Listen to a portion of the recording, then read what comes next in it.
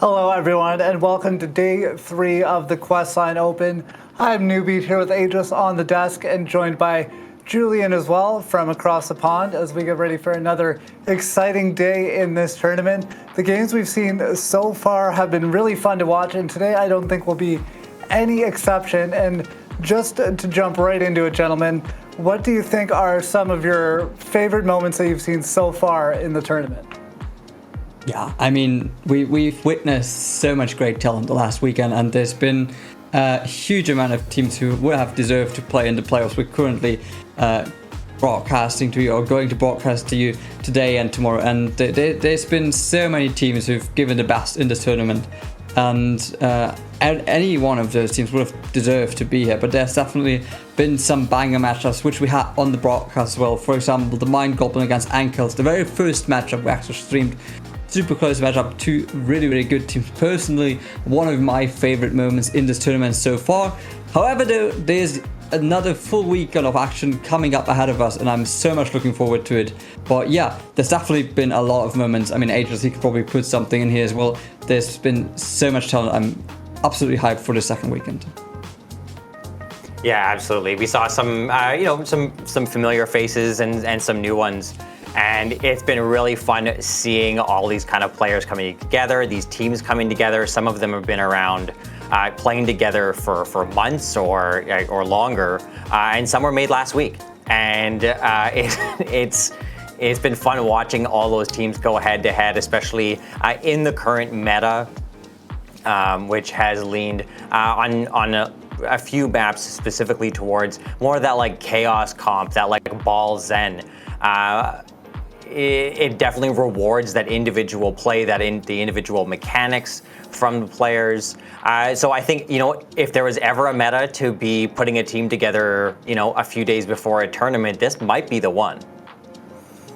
Yes, and just speaking of chaos as well, I mean, one of my favorite moments, and Julian, you mentioned this right before we went live, one of the big upsets that we've seen so far last week, we got to see Bay State upset Dice Gaming in one of the earlier matchups. So that sets us up good for this week as well, as we might get to see another couple unexpected results.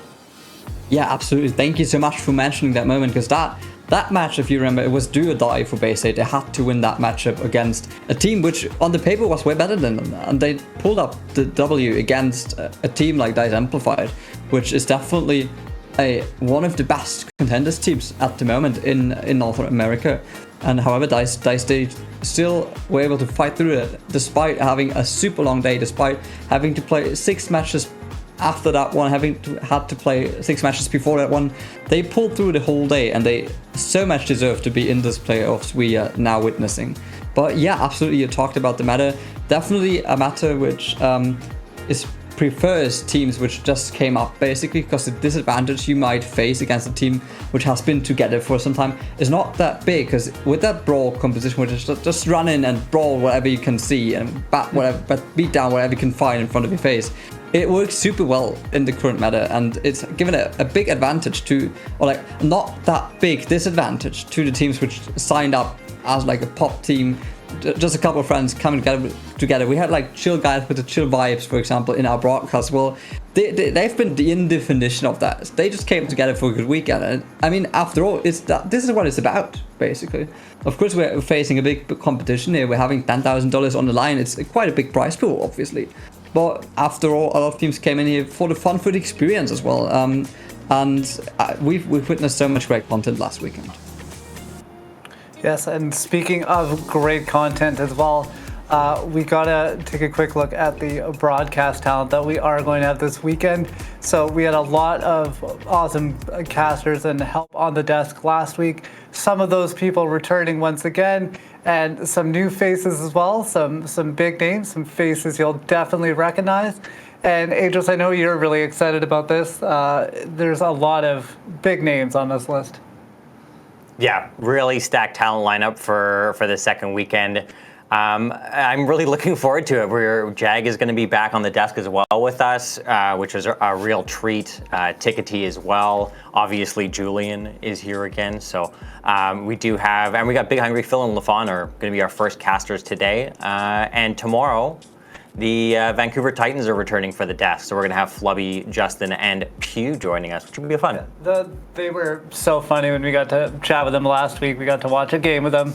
They were hilarious. Also, when you tweeted this picture out, I did make the joke that I'm not top tier, but it was the first time I was top tier adjacent because I was right alongside Lemon Kiwi and Leg Day.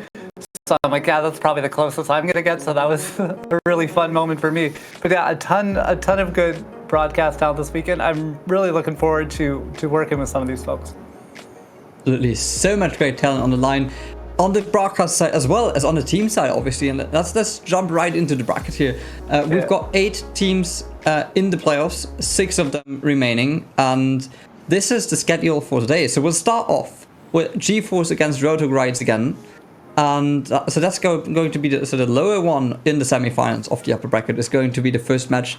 Obviously, GeForce, they've got a big roster. They're one of the most of the well-known teams in the lower scene of NA. So anything below contenders, GeForce will definitely be there. And they've got so much great talent. They've got Pommy, they've got Magic Mate Ball, names which are well-known to anyone in the Overwatch scene and NA.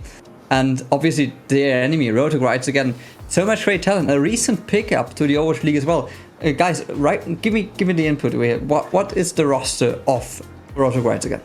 Julian, you mentioned it. That's a great setup for me.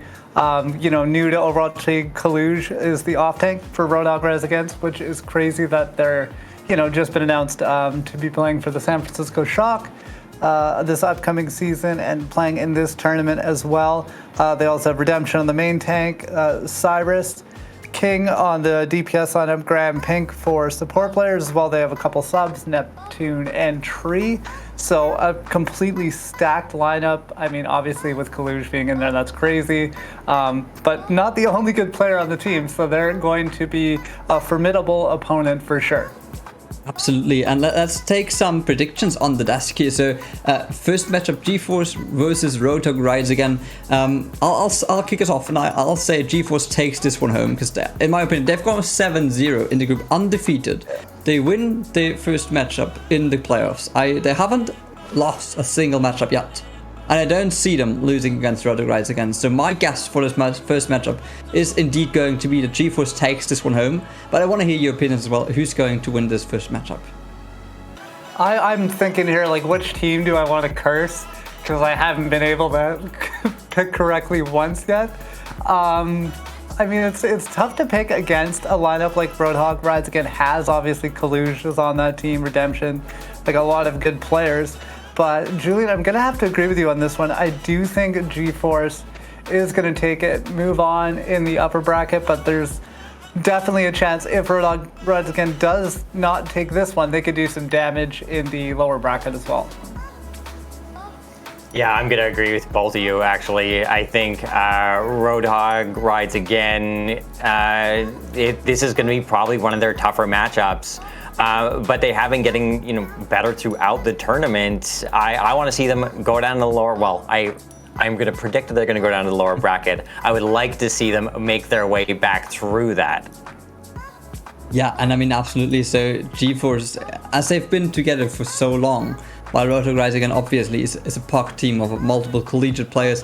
So they've had to play collegiate last weekend. They played again this weekend. And this, of course, it really takes your mental down on a hell of a ride, basically, because you have to focus on two different tournaments, probably on 2 different levels of skill in your opponents as well, because collegiate has a super wide range of skill in terms of the teams which play it.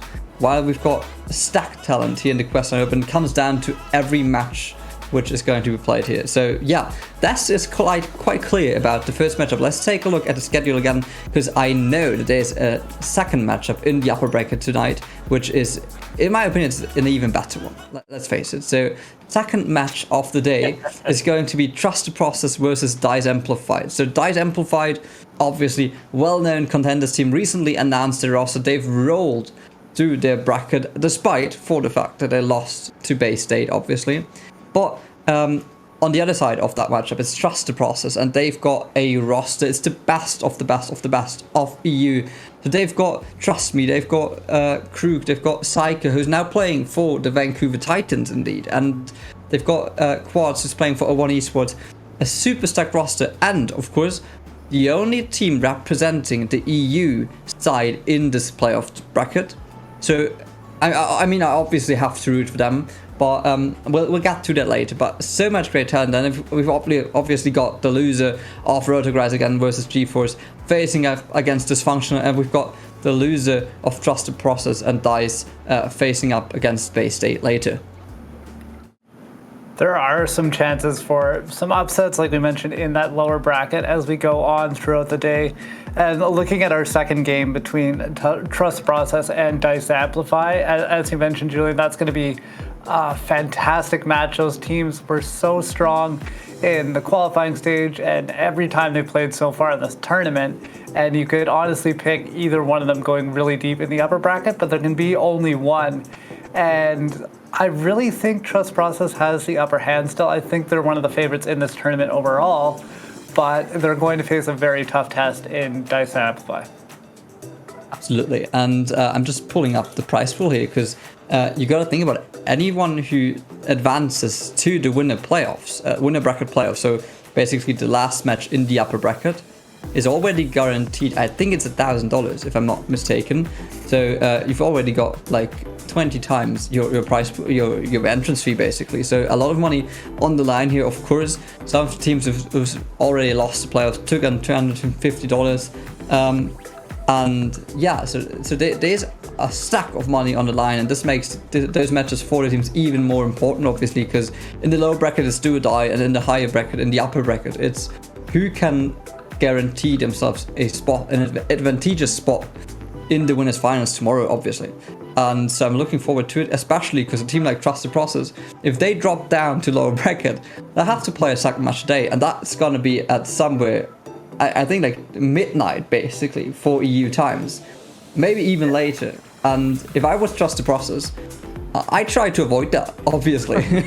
Yeah, it's funny, like you mentioned, like for us, you know, on the broadcast, like maybe it's good for us for Trust Process to go down because then we get to see them again. Obviously, that's something that is like must watch Overwatch. Having said that, I think you're 100% correct. If you're them, you want to get that game out of the way early, get a W, and then just not have to worry about playing later. Absolutely. And I mean, let's face the importance of this semi-final matchup, because if you move on here, you're guaranteed top 3 basically, and if you drop down, you could end up 5th to 6th place, which is, I mean, let's face it, it's not that great. And anyone who's managed to get into those playoffs, they want to take home the big money, obviously, and that's in the winners final and in the grand final, obviously. But to make it there, all those teams face a couple of challenges still in this bracket, and I'm so much looking forward to this first matchup. We talked about it, GeForce versus Roadhog Rise again. I mean, on the side of Roadhog Rise again, they've gone 5-2 through the group stage, which is the lowest result, which gave you the chance to move into the playoffs. So on the paper, GeForce 7-0 and Roadhog Rise again 5-2. So obviously quite a difference. However, the roster we talked about, the roster of Roadhog Rise again, it's so big. They've got the Owl player there. Even if they didn't want it, basically, they've got 3 Solaras. There's a lot of talent in the roster, and they are definitely one of the teams which could give us a first upset of the day here. And yeah, I'm absolutely looking forward to it. Yeah, we talked about this last week as well, that we're always kind of hoping for an upset. We're kind of hoping for like that spicy outcome that we're not expecting. I mean, it definitely does make everything a little more exciting. Just like looking at this matchup, what do you think it is that Roadhog Rise again is going to have to really accomplish in order to get that upset?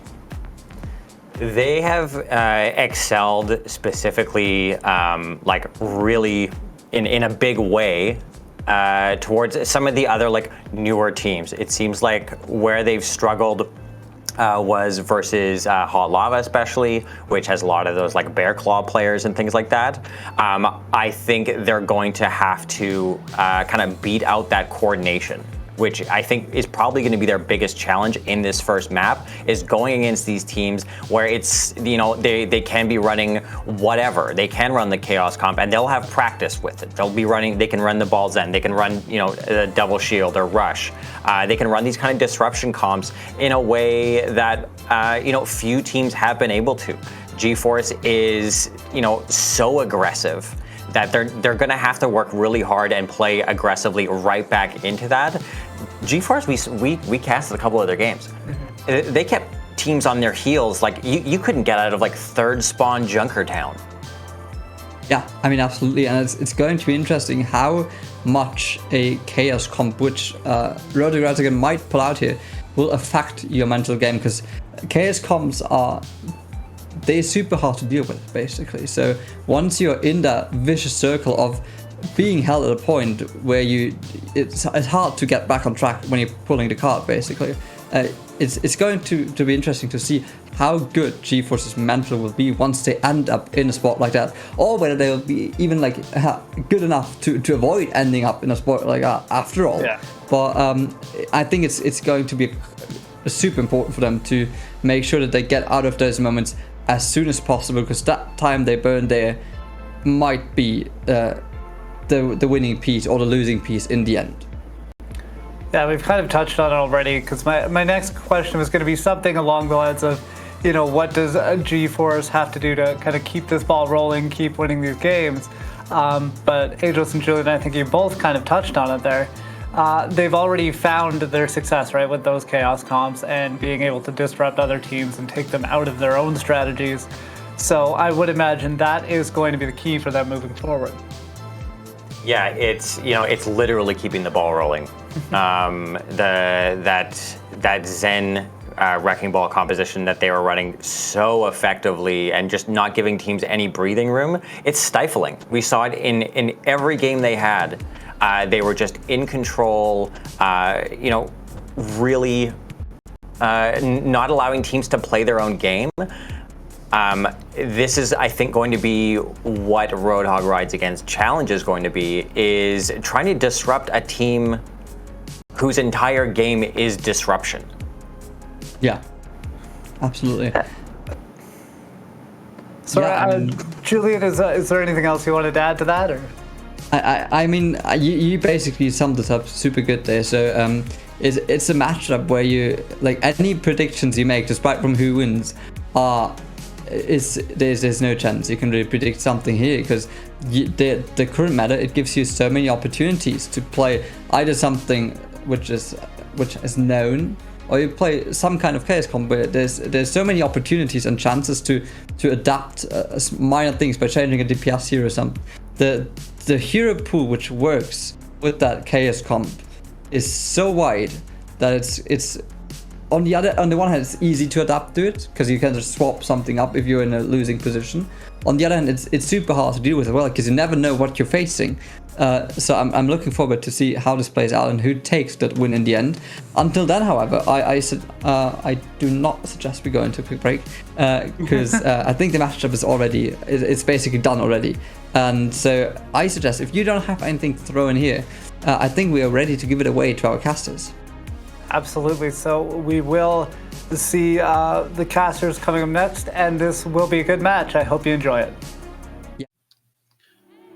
Thank you, Desk. Really appreciate the hype up there and all that information before the match. I do want to throw in something very quickly here, which was Ubeat was saying, this is the closest I'm ever going to get to top tier. Frankly, with a mustache like that, my friend, you are already at top tier. So please don't play yourself down on that one. But Lafon, it's almost time to get into the match. How are you feeling about today's matchups? It's good to be on the floor, as it always is with you, Phil. I'm really looking forward to these games, because we get a chance to, more Overwatch is always good Overwatch, right, as they say. So in this particular one, I'm looking forward to it, because we this is the last chance we really are going to get to see some of these players, as mentioned with Kalush specifically, before they get into the Overwatch League as well. So whether rightly or wrongly, there's going to be a level of expectation for some of these players, and it's I think a good way for the audience to kind of see what the future holds for some players like this. Yeah, man, I really want to be in Kalush's position right now, because every eye in Overwatch League is currently on him, like stepping in to replace Super at the San Francisco Shock. You could not ask for a bigger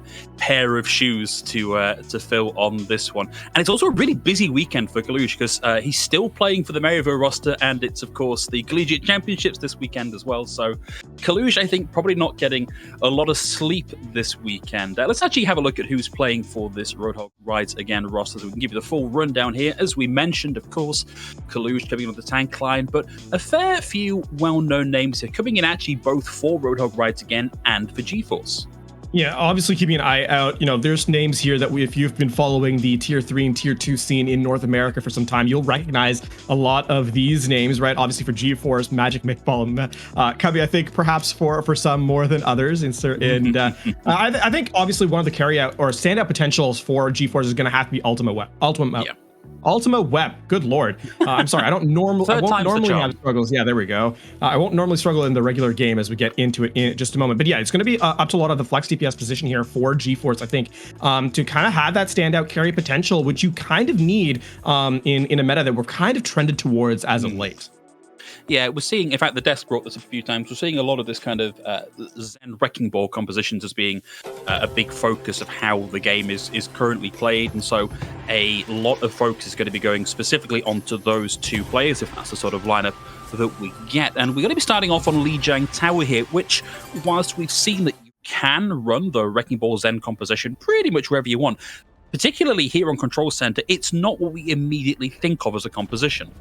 Well, it's funny you mentioned it because Pink already asking in Match Chat, hey, are you guys on the Wrecking Ball composition? We're on Control Center, so no. The likelihood of that being the case is incredibly slim. You'll most likely see the Reinhardt take center stage. The expectation, I'm really curious to see how the teams adapt here early on, because a sense of explosiveness is going to come in, and I think the team that kind of sets that foot forward, gets that most aggressive look forward first, will have more success throughout the series, as we are now underway in our first semifinal of the day. Phil, the gates are unlocked, the teleporters are done through, and Roadhog Rides Again meets GeForce. Okay, well, it's Sim TP's out the gates here for Roadhog Rides Again, but a quick switch back over, and we do have traces on both sides here. Autumn Web comes around the side, looking to land the stickies. I believe that was all into the shield there of Astronex, so this off-on composition for GeForce not currently paying too many dividends. Nobody really wants to commit too hard just yet. The point's not unlocked. Let's not give away a pick unless we absolutely have to, and so the teams split themselves across the map, but the unlock comes in, and we see the D.Va sent forward to start the initiation. Nice stun there, prevents the power driver from Strider. Did manage to get roughly a quarter of the ultimate online before having to abort that one. It is still in the back line causing troubles, retreats to the team for now, and Roadhog Rides Again almost sneak away this point from under the nose of GeForce, but we're looking really for the first pick here. There's the big power driver from Strider, pots the adaptive shields, and there's the big one. Anyhow out of mecha and anyhow out of luck here, back to spawn. Roadhog Rides Again find themselves with a 1 and now a 2-player advantage. They've got the point unlocked, and it's theirs to defend. Roadhog Rides Again was always going to have the positional advantage on the objective. They could just stand there and kind of have GeForce walk to them. GeForce tried to play that about surviving long enough to stop taking chip damage away. Unfortunately, it doesn't quite play out on their favor, and Roadhog Rides Again, just that health sustain on the objective gives them that first capture percentage. Keep an eye out now in this next fight. Roadhog Rides Again, a lot of utility available to them, and with their positional advantage on the objective, keep an eye on Tree specifically, who's going to look for this pulse bomb to open things up. Yeah, getting this into the back of mind actually goes out there. Don't think we caught that on stream, and it certainly didn't connect with anybody. Here's Pummy's turn to make something happen. Drops the sticky, and that's not going to connect either. Cyrus channels the High Noon, and looks like it might be a bit of combo there as Tree's able to find Eugene, take them out of the fight. Immortality and Mech taken out of this one. Roadhog Rides Again, pop a couple of ults in this one, but they still come out on top. And they're actually coming out of this with Tree most of the way towards another pulse bomb, so that's a nice do-over here for Roadhog Rides Again. It really is, and I think the other thing too for Roadhog Rides Again is they haven't been forced to overcommit to these fights either. They're realistically using the DPS ultimate, sure, and the self-destruct for Kaluj, ideal. But now, you've got the Shatter, and a solo Shatter onto a player that cannot be resurrected will be a fight-winning potential here, which Roadhog Rides Again, trending towards the 100% mark already. They're close to that last fight to take the round. Yeah, GeForce's only real defense here is their sheer mobility to avoid the Shatter. Strider initiates here, drops the minefield rather. Nobody really caught in that one. Does make things momentarily a little bit difficult for Roadhog Rides again, and it's the classic pick of Ultimate Web into the Rhine, out of the Rhine. That's a no-go here on that duplicate, but still alive and still keep themselves in the fight, and Astronex is focused down.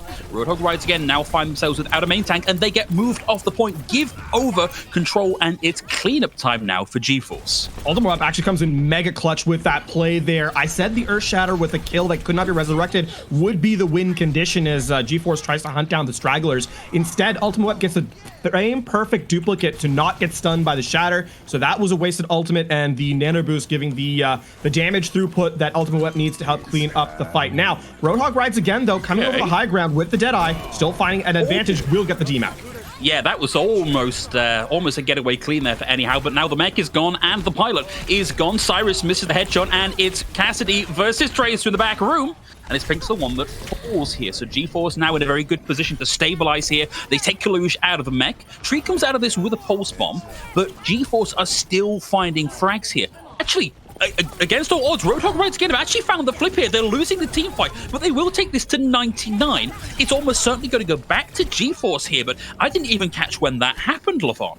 No, it happened. Yeah, it happened significantly early in that fight because they are up to that 99% mark. So that was another 29% gain or so for Roadhog Rides again. That's critical because now they have to only win one fight, whereas before they had to win two. The fact that we're able to sink that point away means that GeForce is now at a massive disadvantage as if they win out 2, maybe even 3. Keep an eye out on Ultimate Up yet again because that duplicate's going to come into play very, very soon. Yeah, the minefields and the duplicate, very good tools here to slow down Roadhog Rides again, but that is a massive pick, very impactful. That's Eugene off the table, and they had the Nano Boost ready to go as well. Strider needs to make something big happen here with the minefield, drops it, gets nice coverage. Sound Barrier will allow Roadhog Rides again to get out of the range of some of that as Ultimate Wet picks up the duplicate onto the Tracer. Very hard to sustain through that, and we're seeing the kills start to come through now for Roadhog Rides again. Sure, Pub is going to get Tree towards the back end of the team fight, finds another with a pulse bomb. Self-destruct out now from anyhow, finds Pink, and suddenly this looks a little less good for Roadhog Rides again. GeForce now just needs Strider to keep this alive that little bit longer. They got the flip. They're coming up to 94. The Shatter lands. The pin lands. The googly eyes goggle. Astronex finds Strider, and we're looking at a flip here, but it is 99 to 99. GeForce can keep staggering onto this one, but the High Noon buys a lot of space here, forces GeForce to give over momentary stepping power onto the point. Now Roadhog Rides again, still in control here. Just need to fight off the incoming waves of GeForce, and that's going to see them take this first map here on Lijiang Tower, and it really does feel like it's all a matter of time here. Overtime been ticking away for so long here on this opening control point that I don't think GeForce are in with a chance. Yeah, GeForce aren't even able to step onto the objective to keep it contested at the very end. And I mean, for GeForce, it's unfortunate that they're not able to keep a consistent 6 in most of these fights. In fact, only one fight did they have that advantage stay all the way through in their favor. So clearly in the mid fight, GeForce is capable of winning, moments away, but they're going to need to come in and win convincingly in a couple of these engagements to really make me confident in their ability to bring this map back, Phil. And I mean, as we head into Night Market, maybe it's a case of playing what was called that chaos comp, right? Playing that wrecking ball, that they're just trying to go all out consistently, but you still need to have a little bit more survivability in, towards the tail end of an engagement. And definitely looking forward for that from GeForce as we go through a near mirror comp here as we head into Night Market. Yeah, and I think they made the sensible decision here in that they've got the Zen baby sat by a Brigitte here. Makes that a little more sustainable. Ow, but you can't protect from a big headshot like that from Tree, and Eugene is out of the fight early. I think, really, if you're GeForce here, maybe you play through a bit of ult charge, but I think you've got to accept it's too hard to win against that 20% damage deficit. It is going to be a little awkward, especially with the fact that they have a Hanzo here on Roadhog Rides again. The strike coming in, nice shot onto the body, and this has become a real difficult position. The health pool's not standing still for GeForce as they continue to tick down. Yeah, GeForce may have actually done a good job here of tagging in at the right time, but they're tagging into a defensive position here, and Roadhog Rides again can afford to just kite back a little bit, pour in some damage, and win this one out. So GeForce do a good job of regrouping just in time to get that contested, but it just hasn't worked out for them here, Lafon. And I mean, despite the fact that a couple of players in Roadhog Rides Again go down to very low HP, it's only the mech that they lose. Kaluj will reset with the rest of the squad. And I mean, for Roadhog Rides Again, it has been a case now of the DPS coming with some clutch pickoffs in back-to-back fights now on the opening round that have given them this point. You can see Ultimate Web forced to recall early, not in a position to get a full elimination now, and G-Force have to slow it down a bit. Tree's going to come out of this fight with the Dragon. It's going to be difficult to make that really stick against such a static, such a mobile team comp, but Pink gets caught out here. That's the value of Pummy here on the Sombra, but it's traded out very quickly. Astronex gets in and takes Eugene out of this one as well. Cyrus still alive, Graham down, and G-Force in with a chance here of trading this in their favor. In fact, it's very quick and it's very clean. That's a hat trick on the table. There's the fourth to make that a quad trick, and G-Force secured the flip. Roadhog Rides Again, only just under half of the point capped. Oh, poor Ultimate Web gets taken 5 orb off the side of the map there. As that's going to mean that now, actually, Roadhog Rides Again, you know, that's the thing I'm talking about in that late fight. They're not fully reset. Probably going to have to come big with an EMP here. I think they're going to be forced to use it before they really want to. Nice bit of the minefield. Pummy can shut this all down here with the EMP, and looking for the wall, we can see Roadhog Rides Again relatively caught up in that one. And I didn't catch either of the supports in that EMP, and that's absolutely what you needed that to accomplish. At the very least, you flushed out the utility. That's Transcendence and Rally stacked against each other. And Roadhog Rides Again have not been able to convert those two ultimates into a fight with just yet. Tree is alive and fragging like a madman here. That's 3 on the trot, but there's just too much HP available here for G-Force, too much punching power, and that will see Roadhog Rides Again sent back to spawn as G-Force equalize and control. That being said, I mean, you can see with the fact that Asterix stayed alive, they want to retake this one. Eugene nearly actually forced to take the Transcendence, and this fight not quite over yet. No, Astronex over the side, though, is a bit of an oof here. Kaluj throws in the self-destruct, but whilst in the more vulnerable Diva format, gets taken out of the fight, and G-Force again win this one handily. This swap in support line seems to have really worked out for them here. Yeah, another nice 5 orb from the Sens has really been a threat halfway through. So Roadhog Rides Again, gonna have to full reset this time around, and G-Force, that's that vaunted fight they needed to win straight up, because now they are in that last fight position here. You can see Ultimate Web on the flank, trying to just get a little bit of poke damage, build up towards that the Pulse Bomb, because they're a little bit bare. The cupboard's a little bit empty. Roadhog Rides Again, keep an eye on Cyrus, Pulse Bomb at the ready. Yeah, we can see Pubby in the back there trying to get a hack onto a support, and Pink very close to this Transcendence. I think we may see the hack come through, but in the meantime, Cyrus is up in the front line, and it's mano-a-mano against Ultimate Web here. Not able to find the victory, forced into the recall. See the Dragon Strike over on point, and now Cyrus is the only remaining ultimate available here for Roadhog Rides Again as we hit the 99% mark, and that is right into the hungry maw of the Diva defense matrix. No value from the Pulse Bomb here, and Graham is down. This is absolutely G-Force's fight to lose here as the overtime starts to take down. Beautiful defensive minefield out from Strider. Oh, but it's Minesweep the time as Pink is back on the point here with the Transcendence. Buy some space for Cyrus to get in, but Cyrus finds the business end of the whip shot here from Magic Meatball, and we are now tied up on Lijiang Tower. It's a smart recovery there from G-Force. I think Roadhog Rides Again's confidence in their fighting potential, right, was a little bit of a bait for them as they continue to take fights that they weren't winning, right?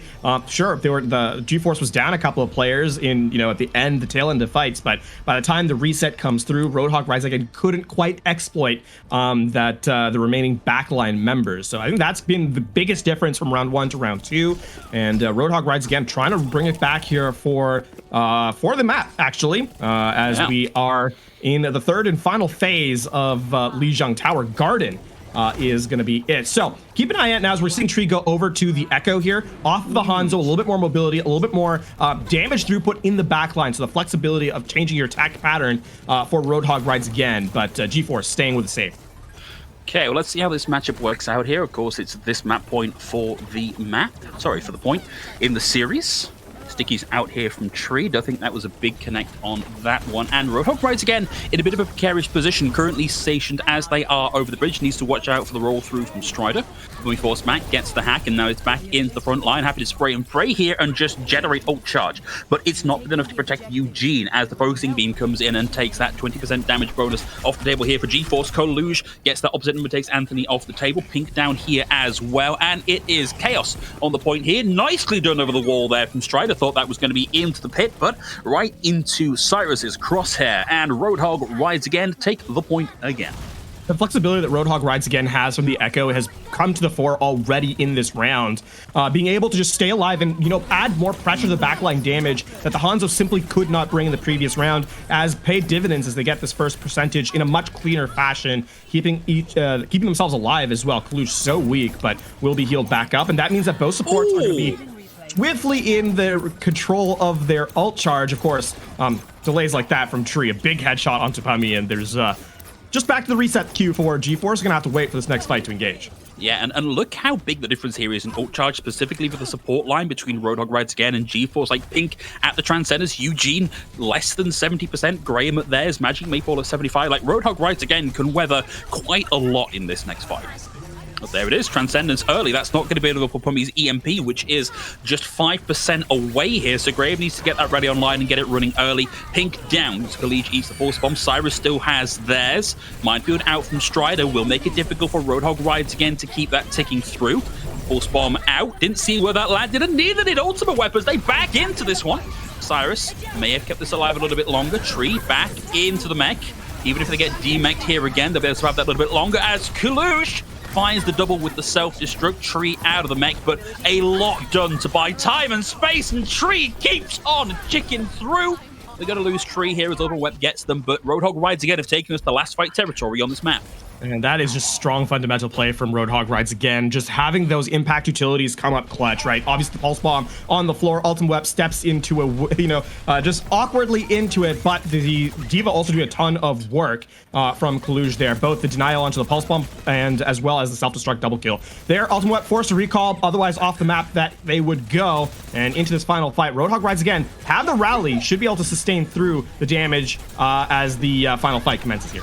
It's down to Ultimate Web to tag to keep us in overtime. Last tag back in here by Anyhow, who will have the self-destruct to allow them to keep themselves in the fight that little bit longer. Forced to use it just to get the mech back, and Cyrus with the stick takes Magic Maypole back into the respawn queue. And now Astronex finds Strider, Tree, and Cyrus able to just work their way through GeForce on this one. It's 99-0, and it's all blue in the left-hand side of the kill feed here.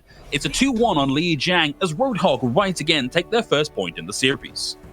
And I think that was a much more dominant, actually probably the most dominant round we've had all series long from Roadhog Rides Again. We're going to Tree's highlight. Those googly eyes. It's tough to take anything seriously when you see that in the highlight feed, right? But nonetheless, Roadhog Rides Again. We'll get the highlight from this round. The round they did not win. Yeah, a great performance from Tree, though. Like 2 with the primary fire, 1 with the melee, exactly how you want to see this one round out. Shame they couldn't quite drag that one back in their favor, but yeah, that last round, very, very practiced, very well done here. I do think that GeForce made the right call, and we sort of saw that work out for them on the second submap of Lijiang Tower, of running the Brig Zen combo. It gives you the additional damage, it gives you the sniper power of the Zen, and it gives you the Brig to basically protect all that utility that the Zen has. I just think it's a much more sensible option than running the Ana as they did on Control Center. Yeah, I think specifically with Control Center, because you have to play so much closer to the action, having the ability to use the Sleep Dart, the Anti-Nade, so forth, makes sense. And also they went all in on the aerial threat, right? There was a pocket play from the Mercy. So that element makes sense to me. Of course, as you said, it's a little bit easier to exploit in terms of being able to rush down your opponent, because the damage threat of the Zen just isn't there. And so yeah, to that point, in hindsight, it's easier to say that in fact it was better to have the Zen. Ultimately, though, I think towards the end, the chaotic style of Night Market sort of coalesced into Garden stepping very much in favor of Roadhog Rides Again. So that's really going to have to be, I think, GeForce as we move forward in the series, adapting and recovering to those high momentum styles that Roadhog Rides Again is bringing to the table.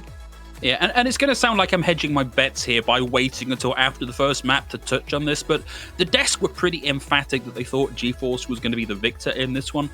I've seen GeForce a lot recently. They've had a large run of success in other tournaments in the tier 3 and the grassroots scene over the past few months. But when you look at the sheer punching power that Roadhog Rides Again has, I think it's very hard to predict against them. And obviously stocks for Kaluj are currently way, way up because of that San Francisco Shock pickup. Yeah. But Pink is also a very strong support player, and everybody on Roadhog Rides Again has demonstrated that they have the chops to perform at this kind of level. So, Desk, no shade here, but I think you might have called this one wrong. I will stay out of the argument between you and Sensible. the desk. I'll say on their good side as they tend to intro us. So perhaps on the outro there'll be a couple of unkind words your direction, Phil. Jokes aside on skin. Jokes aside on that one, no, I think after the performance of map 1, I would tend to agree with you here. A lot of it comes down to the fact that I think the stylistic matchup matters a lot too. We've seen this in the past in all of Overwatch. Sometimes the comp you're running just has better, or the performance against it works better for certain teams, and I think we saw a hint of that in round number 2 on Night Market, as Phil entered the void for a moment. That really hurt. I hope it didn't come across on stream, but yeah, that was painful. Well, it looked pretty steady to me. You held your composure quite well. As we got to look at our map set now for map number 2, Gibraltar. To return to that point about the stylistic matchup in the sense that the Hanzo, for example, just did not perform nearly as well as Roadhog Rise Again wanted it to against the hypermobility that GeForce brought forward. They just couldn't slow down the game enough to give Tree enough opportunities to find those headshots. Even with the fights that he did, it still wasn't enough to turn the tide back in their favor. So as we moved into round number 3, where they were able to bring that mobility back, it showcased a little bit more of that counter comp flexibility that I think is going to be the marker moving forward. And we're going to be starting off here with GeForce on the defense this time. Roadhog Rise Again starting on the offense for this one. And how do you rate this? Let's call it the Chaos comp, the Wrecking Ball and the Zen together as a defensive high ground composition, like trying to mirror the old blue box dive hold of old. If you're talented, it is very, very difficult to punish the skirmish power that this composition has.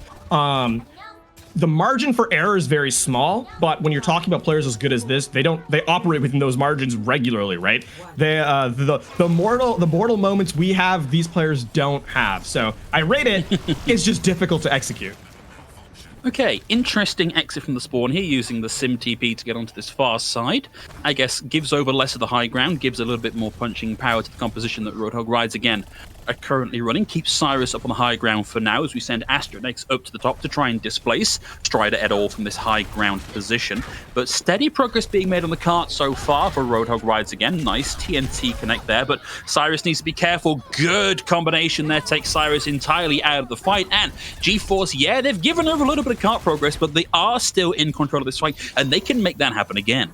And I mean, here's the thing, with the cart being there, that progress is actually nearly nullified by virtue of the fact that Roadhog Rise Again has to walk out in the open and be at the mercy of that same dive just to get to the objective. So it realistically is in a better position now than it was at the start for the purposes of the defense. Pummy doing a lot of work here, nearly 70% towards the EMP already. Strider with a big PD and a nice big roll through as well. And in the chaos and confusion, down goes Pink, care of Ultima Web. We get just a smidge more cart progress here as GeForce start to clear things up at the back end of this team fight, and we might see a bit of a stagger here onto Anyhow. Onto Kaluj. I don't know if they can get out of this one. It's over the edge. They don't want to give them any more progress on that ult. Yeah, I mean, poor Pink in that last fight, just bopped, smacked around a little bit just from the wrecking ball, and then the dive comes in. Ultima up, another big pick off here, and another big thing for GeForce and I think Pummy as well is specifically the fact that they're not letting these fights fully reset, and they're not letting Roadhog Rise Again really generate much in terms of resources. This EMP is online far ahead of Pink's Transcendence, and I think if GeForce hits the go button quickly, they'll be able to get in completely uncontested with this ultimate. I don't even think you need the EMP right now. I think Roadhog Rise Again have been playing in a very scrabbly kind of fashion and just giving over these team fights. That's a manual hack. We're still going to see the D-Mech come through here onto... Oh, no, not quite.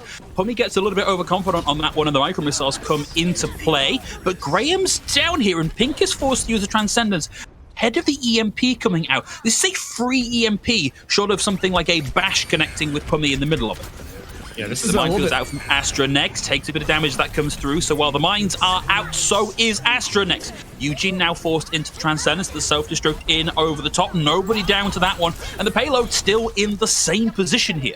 Gets Cyrus throwing in the bob, takes Anyhow both out of mech and back into the spawn queue. But GeForce have still stabilized here. It's been impressive stuff for GeForce. And I mean, they're going to have the win button on their side. This EMP is realistically the only thing they need to close out. And the fact that they haven't had to commit it is impressive. There it is. Zen dead. Pink down immediately. Cyrus not long after. And one EMP. And I guess they got the rally in over the top here just for a little bit of certainty. Care of Magic Maple. But I kind of don't think they needed that. They just had that one handily with 2 off the back of the EMP. That is going to be a small solace to Roadhog Rides Again, who now only have 45 seconds left to capture this entire map. Cyrus moving over to the Cassidy, a little bit more mid-range damage, stun obviously, to put a little bit more pressure onto both Strider and Ultima Web. Keep an eye on Graham, though. The fact that they have that superior health pool. Pink. They're going to have to wait for Pink, though. Still, I mean, for Roadhog Rides Again, it doesn't really change the way they approach this next fight. It just delays it by an extra 10 seconds. And the attack pattern is still going to be the same for them here.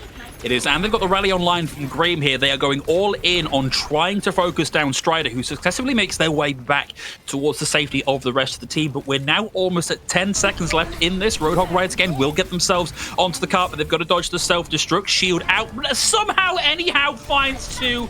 It's Cyrus and Pink both down. I think it's all over by the crying here for Roadhog Rides Again. Comes through. It's a hard life for an Astra next when you're a hacked Wrecking Ball. Overtime ticking down. Don't even think anyone can get in and keep this contested in a meaningful way. That's as far as this is going on Gibraltar. What a map pick from GeForce. Good thing, too. Their map pick is the one that they have been the strongest on so far. Overtime will take away. There's no way Astra next will even get even close. It's over. And, I mean, now GeForce just have the position of having to capture first point. The cart did roll a little further around the corner. Ultimately, though, I think again, you asked me at the top of the map, how do I feel about this high mobility composition, this Wrecking Ball, this Zen as a defensive effort? And I have to say, my comment saying that I like it turns out to be accurate in the end. Your comment about liking it is accurate. Okay, I can vibe with that. This is not far for GeForce to have to push this. Like Roadhog Rides Again need to mount as good a, if not better, defense, and GeForce honestly just seemed completely in control that entire time. I don't know how you bounce back from that one as Roadhog Rides Again. I mean, for Roadhog Rides Again, their big issue was that they just didn't have the shutdown potential, and sort of the shutdown potential is not the right word. They didn't have the level of chaos creation that GeForce did in some of those mid fights, right? A lot of the time, Roadhog Rides Again, Asterix trying to engage just gets hacked by. I mean, what are you going to do there, right? All your abilities taken away. Roadhog Rides Again, really relying on the more, the idea that if you eliminate someone, they can't contest you. But GeForce just playing a much quicker, a much more flank-heavy style, shut them down completely. And that style still coming into the fore. GeForce continuing with the Sombra. Roadhog Rides Again going back to the Hanzo. This time Cyrus switching over to the projectile. Okay. Oh, wow. Nice opening frag there. Ultima Web down. Cyrus read that one from a long way away here. But that's only going to slow down GeForce momentarily. Ultima Web back in the fight fairly quickly here. And they slow their roll a little bit, not giving over too much content here to Roadhog Rides Again. But Cyrus gets Magic Mate Ball here. Like, you cannot afford to peek Cyrus here because that is 2 in a row down to the headshot. And I mean, a little bit of hubris there to not expect this sonic arrow on the corner, so that Cyrus knows you're there. I mean, looking for the play onto Tree, but forced to recall instead. And I mean, this has been GeForce just not being given an opportunity to take that space that they want. So now that they've moved the cart below, looking for that hack, GeForce have a little bit more room to maneuver. Yeah, they know that as soon as they start to pressure this cart down here, Roadhog Rides Again have to commit resources. And it looks like they may end up giving away this basically entire tunnel section, which is more or less what we saw happen for Roadhog Rides Again, so I think they don't mind that too much. But honestly, GeForce are just looking at that EMP. That EMP is such a strong win con here that once that's online, it's going to be very hard for Roadhog Rides Again. I mean, the big problem with contesting the objective is the fact that if you get hacked, you're a sitting duck, right? Oh. So there's the combo fire as Ultima Web is taken down, but the cart's still rolling forward. Yeah, and Roadhog Rides Again have the defensive positioning here. They've got control of the cart. GeForce need to find a way into this, and they're currently doing that down a player, but they've given over high ground control. They're now relying on pure frag power before they can take a chance and reset here. Pink's going to find Eugene, and we're still in this fight for Roadhog Rides Again, but GeForce are trying to back out here, but they've got to be so careful, because look at the number of players that can just go and tag from GeForce and pressure carts.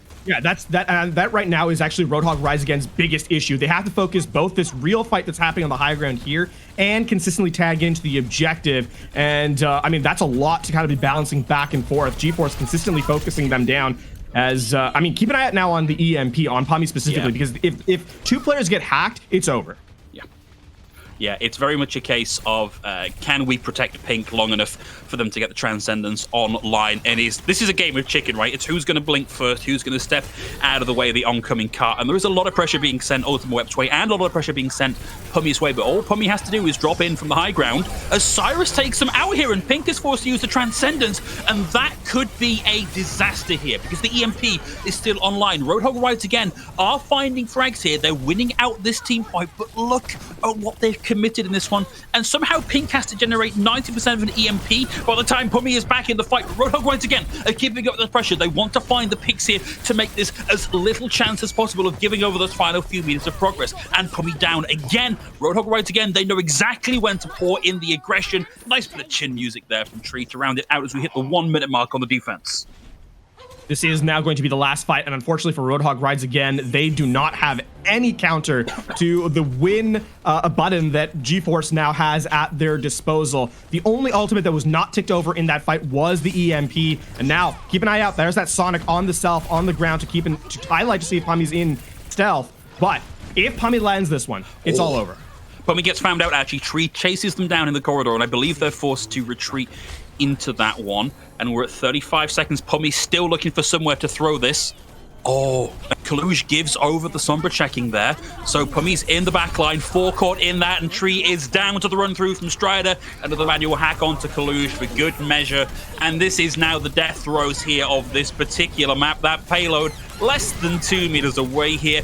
It took Pummy a little while to get that on the table, but once it was on the table, the legs cracked and the whole thing fell to the ground. That's GeForce putting their mark on the series and bringing us to 1-1. There was a sense of inevitability about GeForce taking that victory once everything had to be committed from Roadhog Rides Again, right? There's just a case of you don't have anything to counter what is effectively a win now button. And Pummy, their only concern was don't miss. And they didn't, so GeForce straight up just wins. There's that final fight. Anyhow, we'll get the final blows, but set up as a result of the rest of the squad putting Pummy in a position to succeed.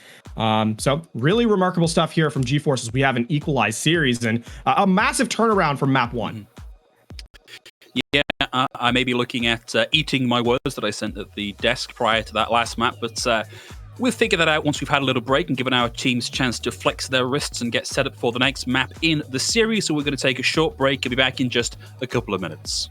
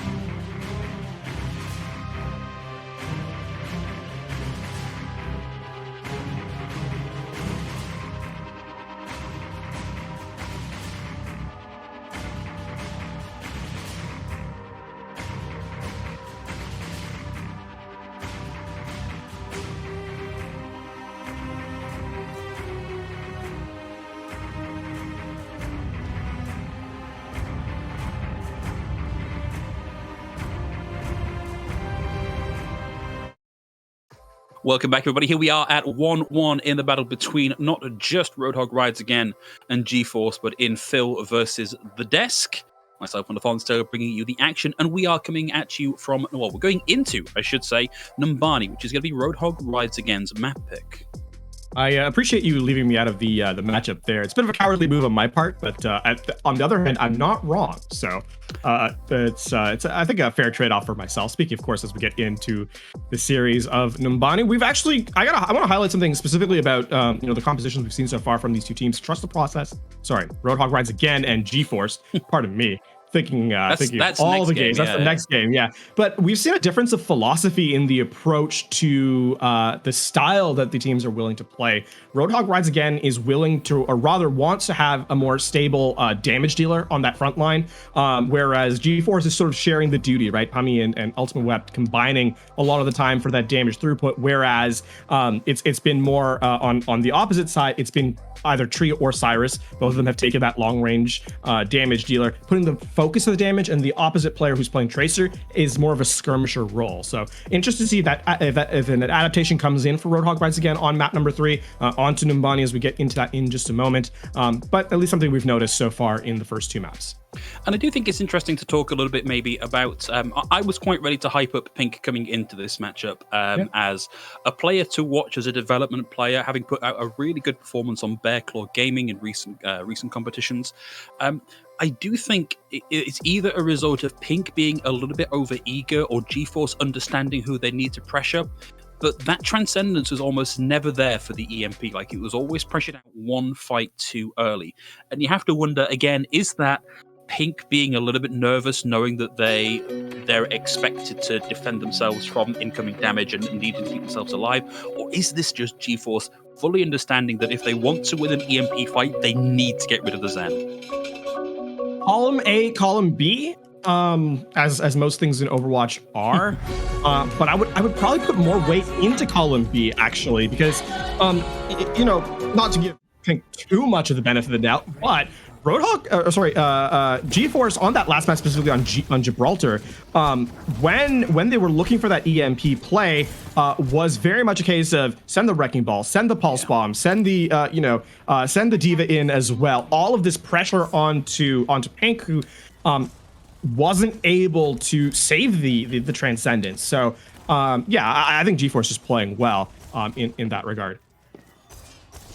So let's have a look at the defense here rather than the offense. GeForce still in a position to change this up before they leave spawn. That's 10 seconds or so. But Pink now coming in on the Ana here. Astronex on the Winston. So we're going to be looking for Astronex, I think, to try and take a bit of voluntary damage here and give Pink that Nano Boost as soon as possible, because that is a fight winning. Ultimately, they can put that in the right place. Let's see if GeForce will let them do this, as they are out on that initial starting composition. Strider with the big run through takes a lot of damage here, actually gets burnt right through the 200 plus adaptive shields that they got in that, and it's away into the back line to reset and come at this again. For now, Roadhog Rides Again not being pressured particularly. We see anyhow tag up into the top line there. Bit of a stalemate here as both teams kind of just sensing each other out, anyhow taking a ton of damage. And that's a big sticky from Tree, actually, who nearly takes Magic Mayfall out as well. Yeah, and Strider's down. Unfortunate position there for Strider. Takes a lot of damage on the way through. As Cyrus gets the double to round out the fight, we see Roadhog Rides Again give up a little bit of control of the point for now in order to chase some kills and drag out this team fight. And for Ultimate Weapon, that's got to be out of there ASAP and back with the team to avoid staggering out further. Something to note is that GeForce actually elected to attack first on Numbani, an unexpected choice, I must say. Traditionally, teams elect to go to the defense initially, so we'll see how well that kind of evolves from it. But so far, Roadhog Rides Again hasn't really been forced off the high ground. The dive for GeForce has not been staged particularly well, though. Now a lot of damage being done to the DPS forces them back just a little bit.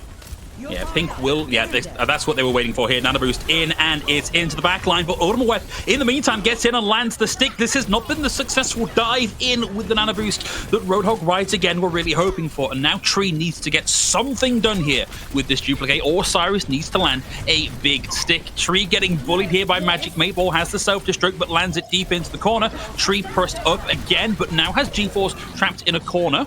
forced out of the duplicate here, and G-Force suddenly looking to be in a very good position here to start to gain some point progress. Roadhog right again in a position to tag back in and keep this going that little bit longer. They will be back with ultimates as the stick lands, and Puppy goes down. G-Force have managed to secure one tick of the point here, and then Astra next going ham with the swinging gorilla arms, looking to keep this alive a little bit longer, but the Transcendence is online from Eugene, and that nullifies all that damage, and Cyrus goes down to the burst from Magic Mateball here. Self-destruct up to the sky from Anyhow. Kaluge is down, and this is starting to crumble here from Roadhog Rides again. There was a moment there where they could have dragged that one back, but G-Force keep the pressure, they keep the speed. They're 2 ticks down, looking for the third, and we're looking at a streak tier on Numbani for G-Force. I will say, though, that Roadhog Rides again, despite having effectively lost that fight 2 minutes ago, were able to extend that into a contest that took another minute and a half off the objective. So,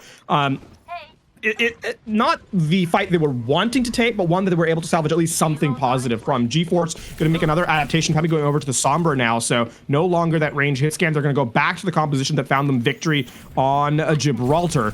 As makes sense through the street phase, you can move a little bit more quickly, less damage needing to be taken through the backline. Roadhog Rides again. Another nano boost applied. I'm expecting to go to Asterix this time instead of Cyrus as it did the last one. There it is. Stunned, has the Orb of Discord on as well, but will find the pick here. I think they want a little bit more than that ideally, and will get the chase here. Magic Mateball down as well. Always a difficult point here, Streets face from Numbani, particularly on the retake from a loss on A, but Roadhog Rides again, keep up the pressure, and they're looking to hold more towards spawn here. They can take big advantage of the high ground, and they are still finding kills. Put me down to the focusing beam here, and Roadhog Rides again come away with ultimate charge to spare. You know, we put Pink on sort of the on alert in that last one, but actually a big setup there. Gets the anti-nade on to the player, and they're able to win the fight off of the nano boost. Now a big DMAC onto Anyhow, and though it's traded back for Tree, this is still pretty decent for Roadhog Rides again. Yeah, and of course, now that there's not a mech online for Anyhow, then this pulse bomb from Cyrus is likely to land in a more meaningful way, and Anyhow out of the fight entirely. But that minefield does spread. Roadhog Rides again a little bit thin, and Graham is caught out here. It's a 4v1, and Graham is bullied ever backwards. And G-Force back in control of the carts. We'll see a couple of frags back and forth. It's not a clean team fight win yet here for G-Force. And Roadhog Rides again, looking for a strong recontest with a big ult bank in this next fight. Yeah, this is going to be really G-Force trying to play off the EMP, though, right? If they can get this one to land, then that's going to be a case where they can try and close it out. Though scouted this time, Cyrus, 2-player team, gets taken out. We'll only find one. I think that was only Kaluge caught in the hack. Cyrus down, though. Rally online for Graham. Pink with the nano boost. And Tree is going for the duplicate onto the Sombra. Hacked out for now, so can't actually pull that off. We're waiting for that to go into the back. Out it comes, and it is all focused there onto Eugene. It's Astra next with the Primal Rage that lands the kill, but that's exactly what they wanted here. Roadhog Ride again. They've not managed to stabilize on the back of all of that invested ultimates. Ultimate Web finds 2, one with a primary fire, one with a pulse, and is still tearing through. Roadhog Rides again. The pressure this guy puts out here on the Tracer is phenomenal, and cart progress is still ticking up for G-Force. That was actually good heads-up play by Pummy to deny the EMP duplicate in a proper position. They were forced to make it in a really awkward engagement. Now, it's all about the capture at this point, as it's last... There's no one left to contest here. It's going to roll into second. And the minefield was committed, but you're okay with that for G-Force to get into this third phase. Still, G-Force now, I mean, here's a big problem for Roadhog Rides again. They're going to make a switch over to the Orisa, just a little bit more stable. G-Force has reset their ult bank, Phil. And, I mean, now in the final fight, you're going to have to pull a miracle out of somewhere, because G-Force has that combo, the EMP yet again, and Ultimate Web's Pulse Bombs have been on point for most of the day. Yeah, Roadhog Rides again. The read here is for sustainability. It's like more of a bunker composition, but G-Force keep piling on the aggression. We get the EMP, we get the manual hack. Every flavor of interference with your abilities currently online now for G-Force. And lordy, do they surge forward with it. That's the immortality field down as well. Magic Mateball takes a bit of damage here, has to retreat behind the cart, but Eugene will have the Transcendence here for G-Force, allows them to surge forward in a wave of violence directed at Roadhog Rides again. It's duplication time for Tree yet again. This time it will be the Diva with the self-destructs. Anyhow throws their own in from the back, and it's traded out here as Cyrus and Strider find a kill apiece. Self-destruct now from Tree, doesn't find the kill, but I think that is just Magic Mateball trying to gather the cart for now. G-Force pedal their way backwards a little bit. They're waiting for players to rejoin the team, and Roadhog Rides again get a momentary stay of execution. Iris actually gets one pick off in there. The only kill we've had so far in this fight, by the way, forced to recall out of Deadeye instantly as the shots come in from Eugene. But Roadhog rides again. A big stability play. Graham with an elimination onto Pummy is going to reset this fight. And this is a problem for GeForce, who had now been forced down to less than a minute. And yes, they have tools to work with, but they needed to win that last one. Yeah, a good A, a pretty good B, but it comes down to C here on Numbani, and it's so defensively favored. Every angle of egress into the point is heavily marked by Roadhog Rides again with their defensive composition, and they've got to dodge this self-destruct. It's comboed beautifully with a hold, and down goes Eugene. It's got to be the reset here for GeForce. The benefit for them is they will have some big engage tools in this next fight, but they need to land, and they need to land well. See Roadhog Rides again setting up for the split play. They're not all playing together, so this EMP for Pummy is going to be definitely a lot harder than it perhaps initially looked. An aggressive position taken, then quickly reset as Roadhog Rides again tried to prevent everyone touching the objective. Pummy in the back line. We have eyes on GeForce. Do they, or rather Roadhog Rides again, do they know where the Sombra is? I was a little bit expecting a bit more marking there from Kaluge, but the EMP comes off. Roadhog Rides again are largely able to wend their way out of that one as the minefield comes in from Strider. We are now into overtime, and Cyrus is plugging away here through that amplification matrix. Has to momentarily divert attention to try and deal with Strider in the backline and combos with Tree. Nicely to take them out of that one. Tree now with the duplicate, looking for something with the Tracer. Very quick ult to charge here, but not a lot of survivability. Looking for somewhere to stick it. Won't even need to as Eugene goes down to the boosters. GeForce find a couple of picks here. The stick comes in, and I think that is just going to be Ultima Weth and Pummy trying to keep this alive. Just a little bit too late for the tag in there from Strider. And that is a hold here just before the end on point C for Roadhog Rides again. Conversion rate on this EMP has not been that good on Numbani. A combination of Roadhog Rides again, great positioning from them, but also a recovery. Just the focus fire has not been there from GeForce on it. And I mean, in the end, it was only the supports caught. It wore off in the obviously Ant Matrix. The damage throughput for the remaining players was immense. So for GeForce, they're not able to complete the map. They still get to that third phase, nearly capture it. It's not going to be the finality that kind of hoped for. Roadhog Rides again will now head to their own offense and hope to take the lead in the series yet again. And I don't want to make this like entirely the Pink show, because I feel like we've spoken about Pink a few times already, but I do think this is a very sensible adaptation, understanding that GeForce have a lot of success with the Sombra and knowing that basically the principal target for a Sombra in that kind of setup will be the Zenyatta, because if the EMP lands, that's all but 25 of your HP taken off the table entirely. And so by swapping over onto either the Baptiste or the Ana, like, you rob that EMP of some, if not all of its value. And I do think that's a clever adaptation, but it is now Roadhog Rides Again's turn at offense, and GeForce largely sticking with what they were running on the offense here. Actually, GeForce has not been too has not been too ready to switch off this composition specifically, right? They've made slight adaptations, obviously the Echo, the Ashe, and so forth, maybe the Mercy, but in general, it's Roadhog Rides again who's been the more flexible team so far. We're going to see the Winston Diva here from them, which is one of the reasons Pink is able to go over to the Ana, right? You have a target to hit the nano boost on, and definitely a level of generation on this Winston that you don't get on the Wrecking Ball. Yeah, absolutely. Wrecking Ball expected to play a little bit more isolated. What a predict there on the sleep. Beautifully timed there by Pink, and down goes Strider. So GeForce put themselves into a mana advantage position. They've got a lot of mobility here. They can start to take out some of this high ground encampment from GeForce, and it's straight up into the high ground lands. The stickies onto Eugene, who has to back away into the corner, and Roadhog Rides again are large and in charge on the point here. GeForce giving up a lot of space, and it is a big dive in from Roadhog Rides again. They're going to leave Pink on the point to just tick up that capped progress. Takes a bit of damage there from the power drive, but is able to back away around the corner.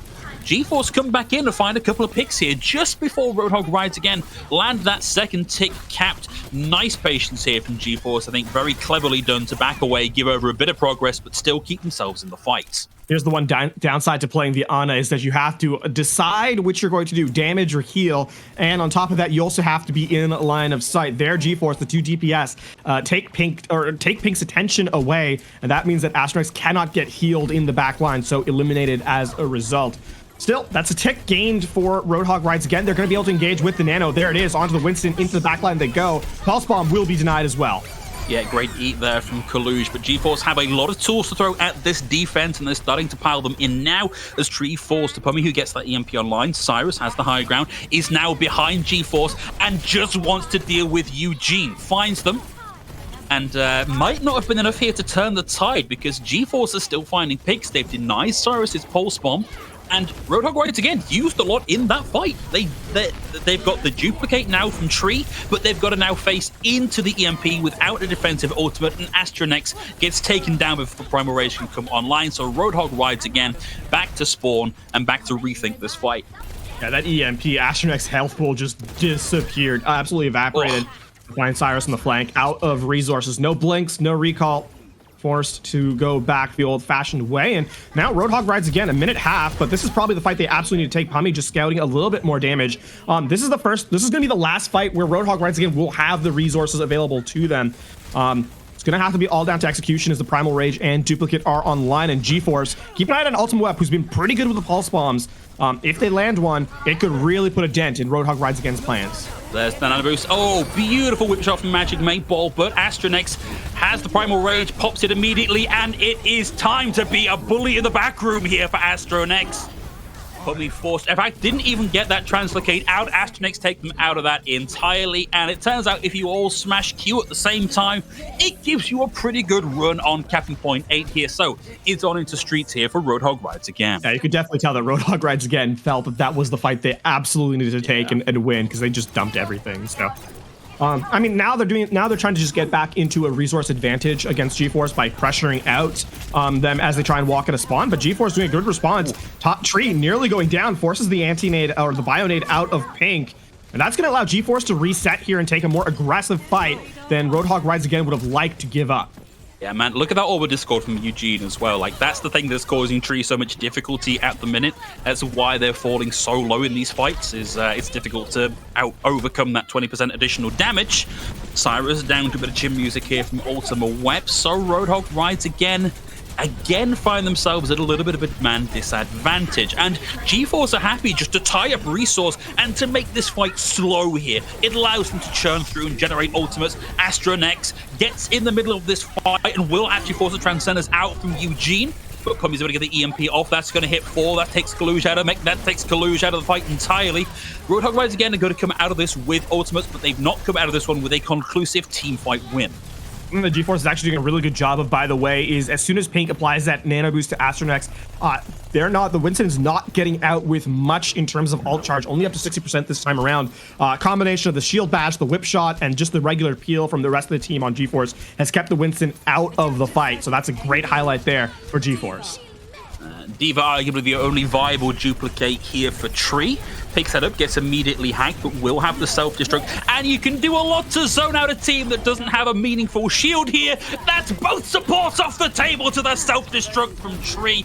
You gotta be happy with that one. That is a guaranteed team fight win here for Roadhog rides again. We're looking at a nice meaty time bank on the way into C. A little bit of time gained here because Strider and Ultimate Wet were so slow getting out of that fight, but it's almost certainly a cap now for Roadhog rides again.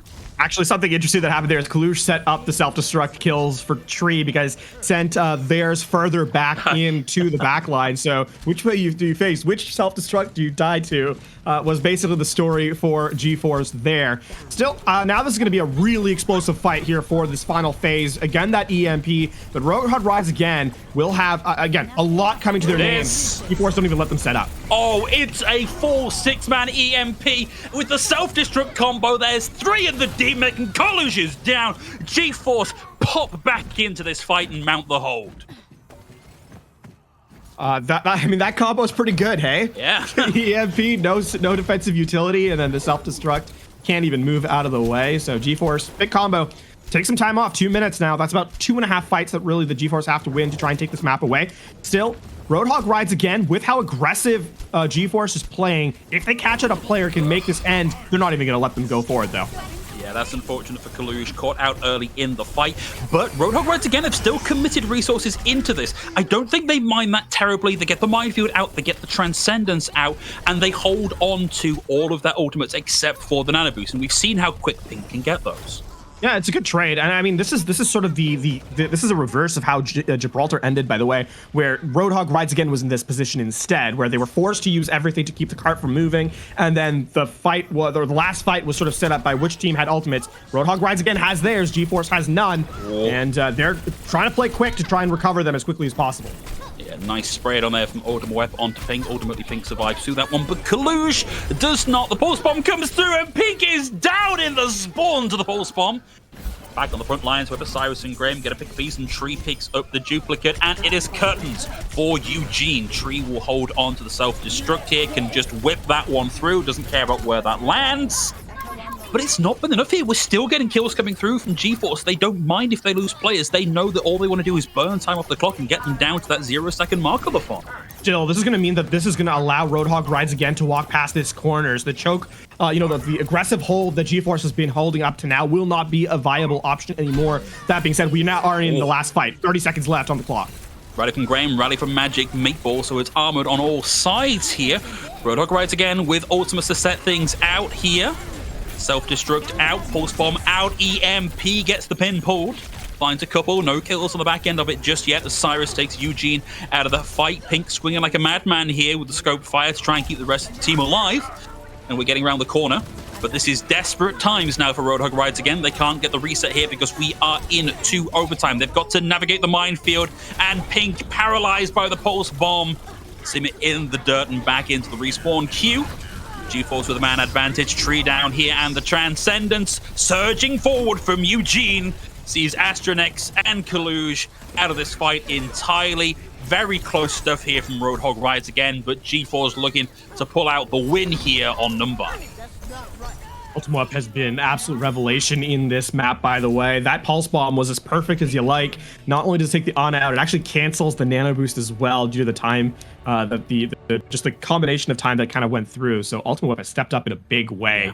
And I mean, GeForce has come alive and taken this map, the last two maps, in fact, in rather commanding fashion, I think, in how they've approached the fight specifically. But obviously, just the level of confidence they've had taking space on the map has been impressive.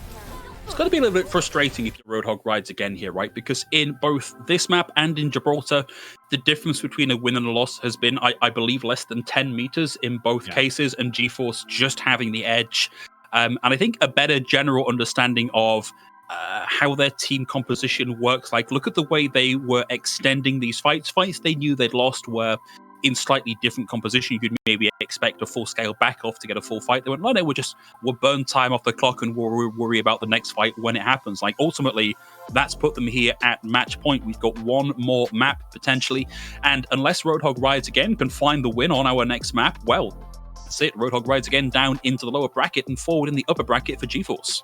I think the big thing here, of course, is that I was going to talk about map selection as being an important, aspect of the game, right? The loser picks the map out, but this was Roadhog Rides Again's pick, right? Because they'd lost Gibraltar, so losing on your map pick is not a great herald for how the series is going to go. Because this is where you theoretically have the most advantage given to you, and for GeForce to take it away, I think is really impressive. To talk to your point, though, or to add on to the point of sort of the skirmishes that we've been seeing, because of how highly mobile the characters that GeForce are playing for the most part, losing a player if that close to your spawn is not a big deal. They're gonna be back very quickly. It's only a 10-second disadvantage. And if you take 1 or 2 for your trouble, that's a trade you're willing to make every day of the week and twice on Saturday this time around. Yeah, I think one of the things we talked about prior to the broadcast was that GeForce are an established team. They're used to playing as a unit. Yes, as with all tier 2, tier 3 teams, there's some cycling in and some cycling out of players as different opportunities arise and people can't make scrims, can't make matches, etc. Whereas Roadhog Rides Again are what you would maybe think of as a pickup team. Like, they didn't exist prior to signing up for Questline. Yeah. And so I wonder if what we're seeing here really is, at least in part, GeForce being used to playing together, know what their calls are, know what their other players' timings are. Whereas for Roadhog Rides Again, that understanding is there on an intrinsic level as higher level players, but is not as smooth, polished, and as practiced as it is for a long-time team like GeForce. I mean, you always have to consider that for a team that's created as recently as Roadhog Rides again was. There's no doubt about that. I will also say that applying pressure to those points is something that you kind of requires good heads-up play as well, and GeForce is doing that as well. I would like to harken back to actually the second point where Ultimate Web was chasing down the opposition Tracer and caught out looking. We saw the Tracer asking for heals, and the supports weren't able to back them up. Not because the supports were kind of just ignoring the Tracer, but more because the tank line for GeForce was also putting pressure on the support. So in that instance, there's that team player kind of considering where the assignment has been given and both sides are applying it equally in their respective roles. Well, in our potential last map of the series, we will be going to a 2CP map next. We're just waiting on a decision. Of course, that's going to be Roadhog Rides Again's decision. Looks like we are just figuring out some details on the back end here. And, I can understand wanting to spend some time on which you think is the least bad 2CP map to play next. So, we want to give our teams the time to make those discussions. I mean, there's also the entire option that they're discussing the finer points of which map they're going to miss the most. True. In a couple of weeks, that's also a possibility. But for now, we'll have to wait for the conclusion of the series. We'll be back from a break in just a moment. Don't go anywhere. Action returns after this.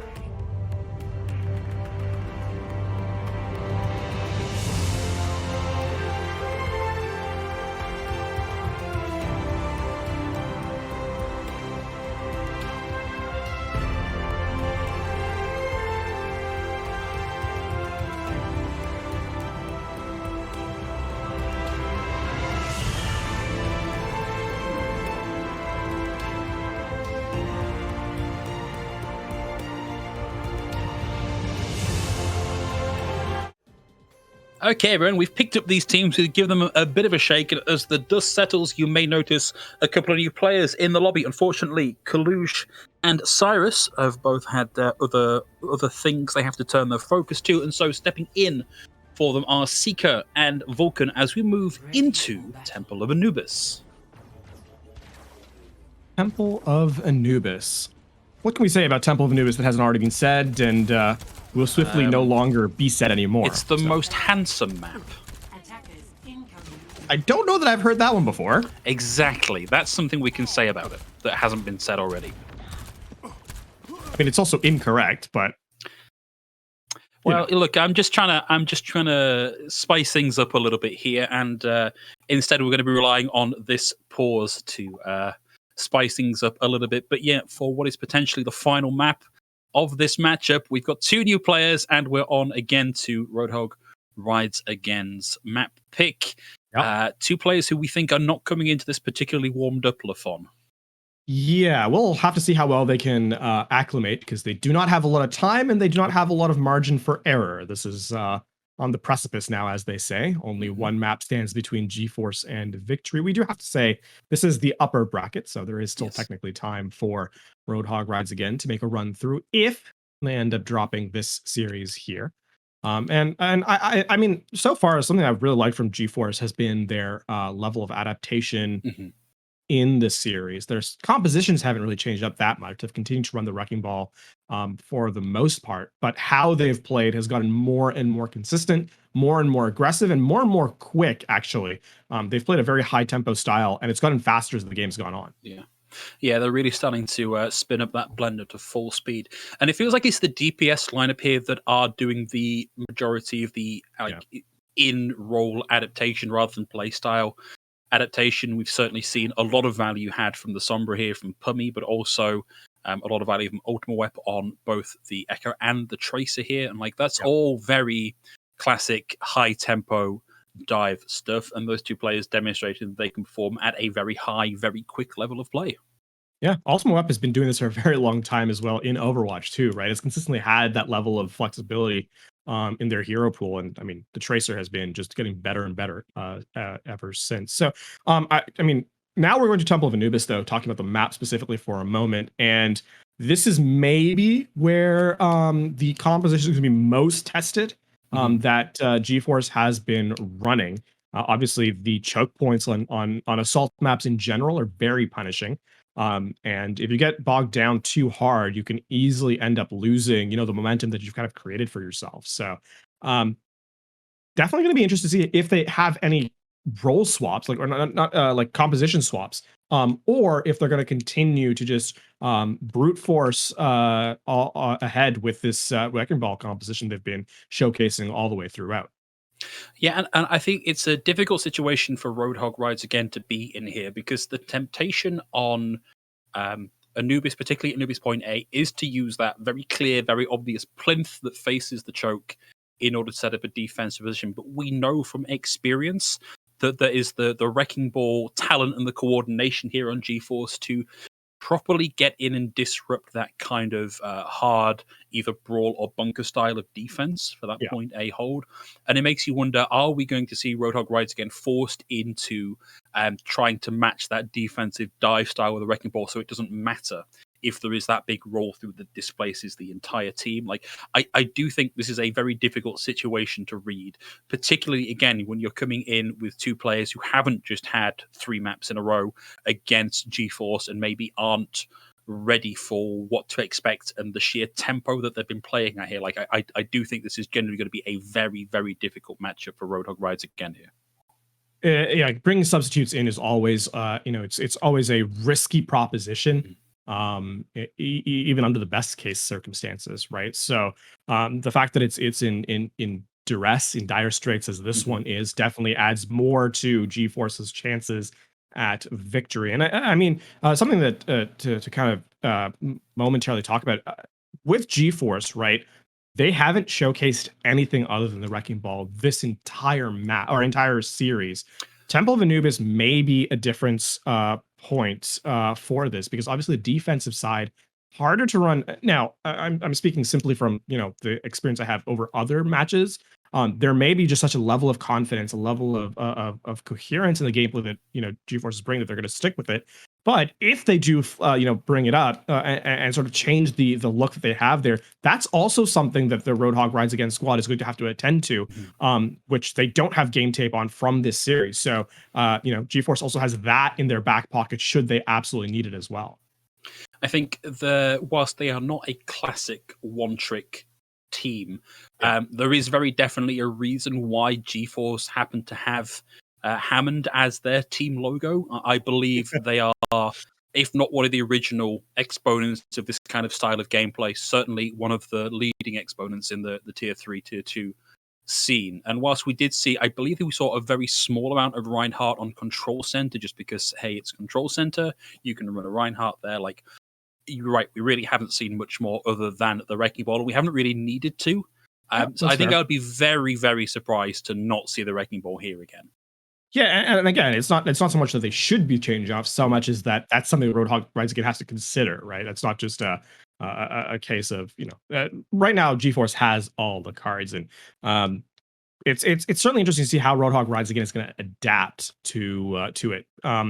Coming into this, looking at we're about getting ready to get back into the lobby in just a moment. You guys did see that we had loaded into the map, but we're getting everything set up and situated. So I'm interested to see if obviously how the two subs perform here for Roadhog Rides Again, because we mentioned that they're being thrown into the deep end here.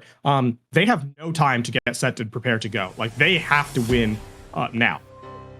Yeah, you have very little ramp here.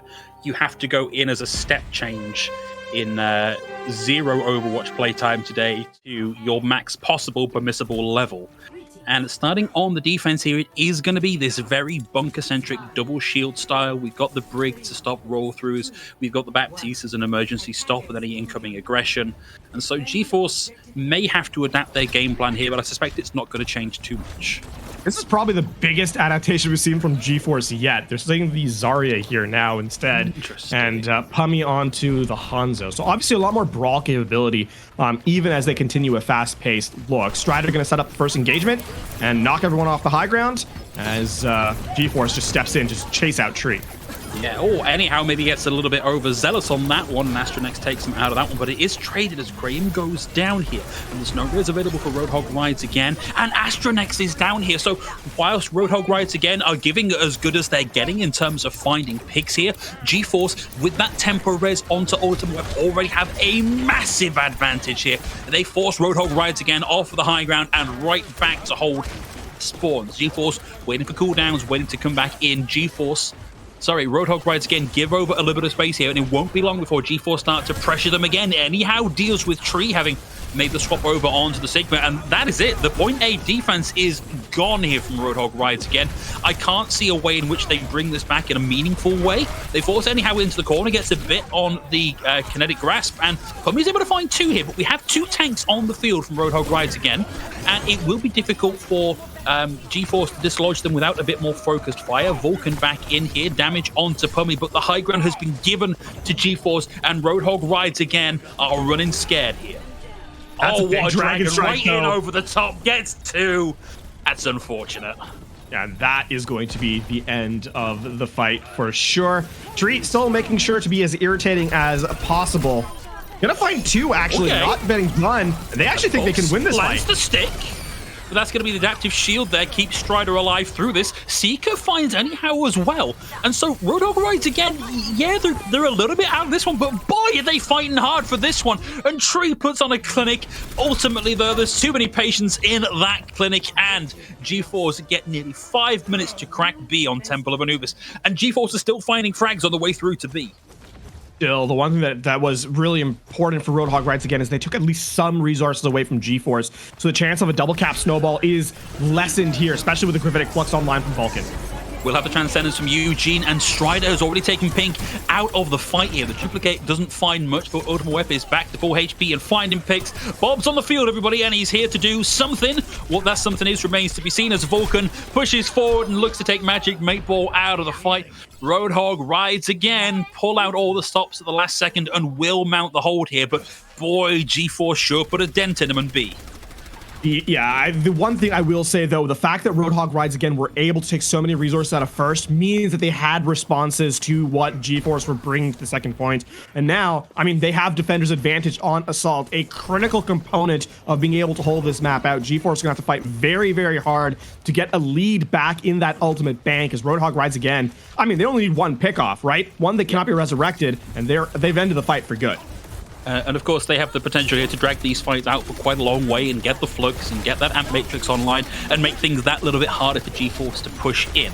Magic Make More kicks things off here with the Valkyrie on the Mercy, and anyhow, with a bit of help there from the Orbital Discord from the Zen, we'll deal with Tree. Astronex's Supercharger doesn't last all that long, and GeForce even coming into this with a big disadvantage of finding purchase on the point here. Strider will have the minefield, takes a lot of pressure here, and the Transcendence comes out from Eugene to allow them to survive through that. Anyhow, pushes forward, misses the rock, but it's now 1v1 against a much less punchy character, and GeForce just push Roadhog Rides Again straight off the point, and we get a dragon in over the left-hand side of point. It makes the recontest so difficult.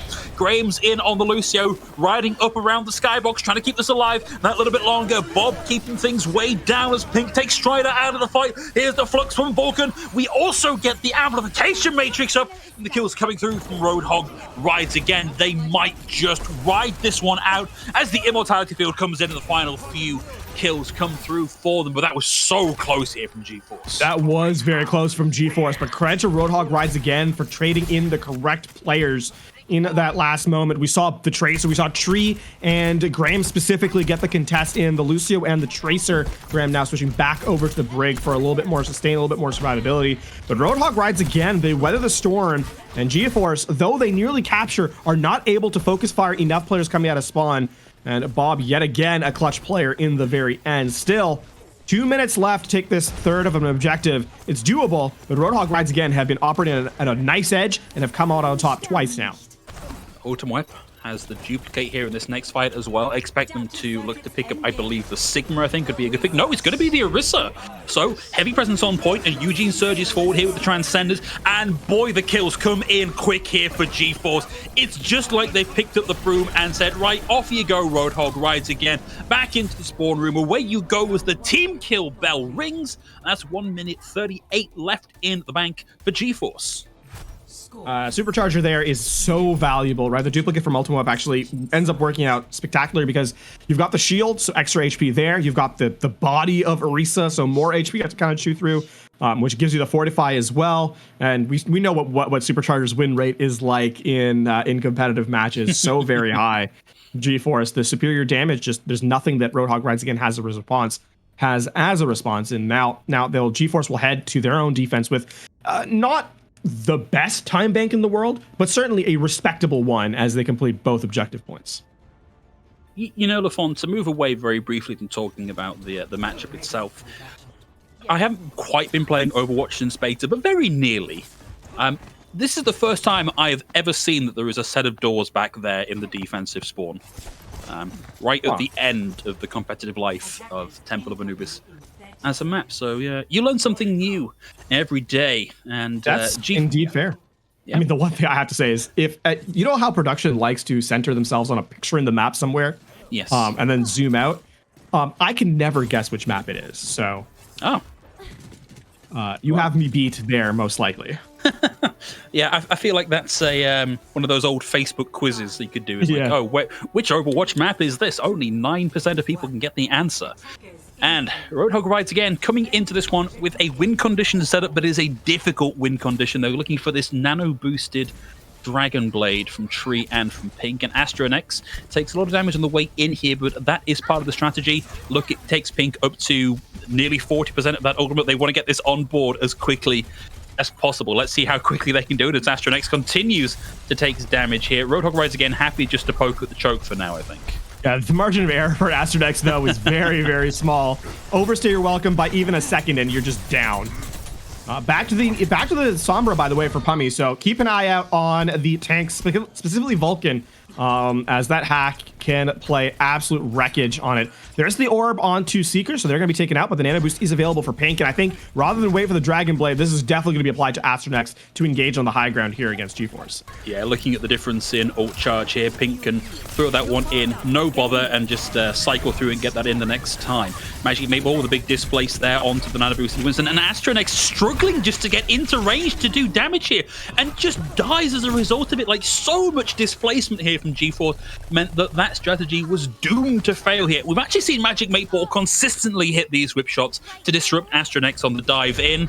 Seeker lands a pulse bomb, but doesn't land it anywhere useful. That was mostly masonry, and that is not going to help you win out that team fight. Very clean here from GeForce. Yeah, we haven't talked about Magic Maple a whole lot because the brig position is obviously one that is not necessarily flashy, but Magic Maple specifically making that making that statement seem unwelcome. Pummy just setting for an EMP, and I mean this choke point is so lethal.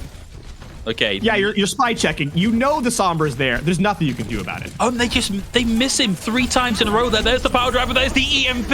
We get the mines in over the top as well, and it is a field day here for GeForce. See how puts in the flux for good measure. So a big commitment also here for GeForce, half of their bank committed into that. But hey, it was flashy and it worked. So kudos to GeForce. Yeah, I mean, now for GeForce, they have the advantage though of realistically likely being able to survive whatever Roadhog Rise Again just by sheer positional advantage. And on top of that, if Ultimate Web can land a pulse bomb as they've been wont to do, things could get much more difficult. You can see the support setting up, just trying to hide out from Tree to avoid this Dragon Blade. Oh, that's unfortunate, but it will allow Pink to get this this Nano Boost online. For Roadhog Rides Again, I think I probably want to back out here unless you are just hunting for ult charge.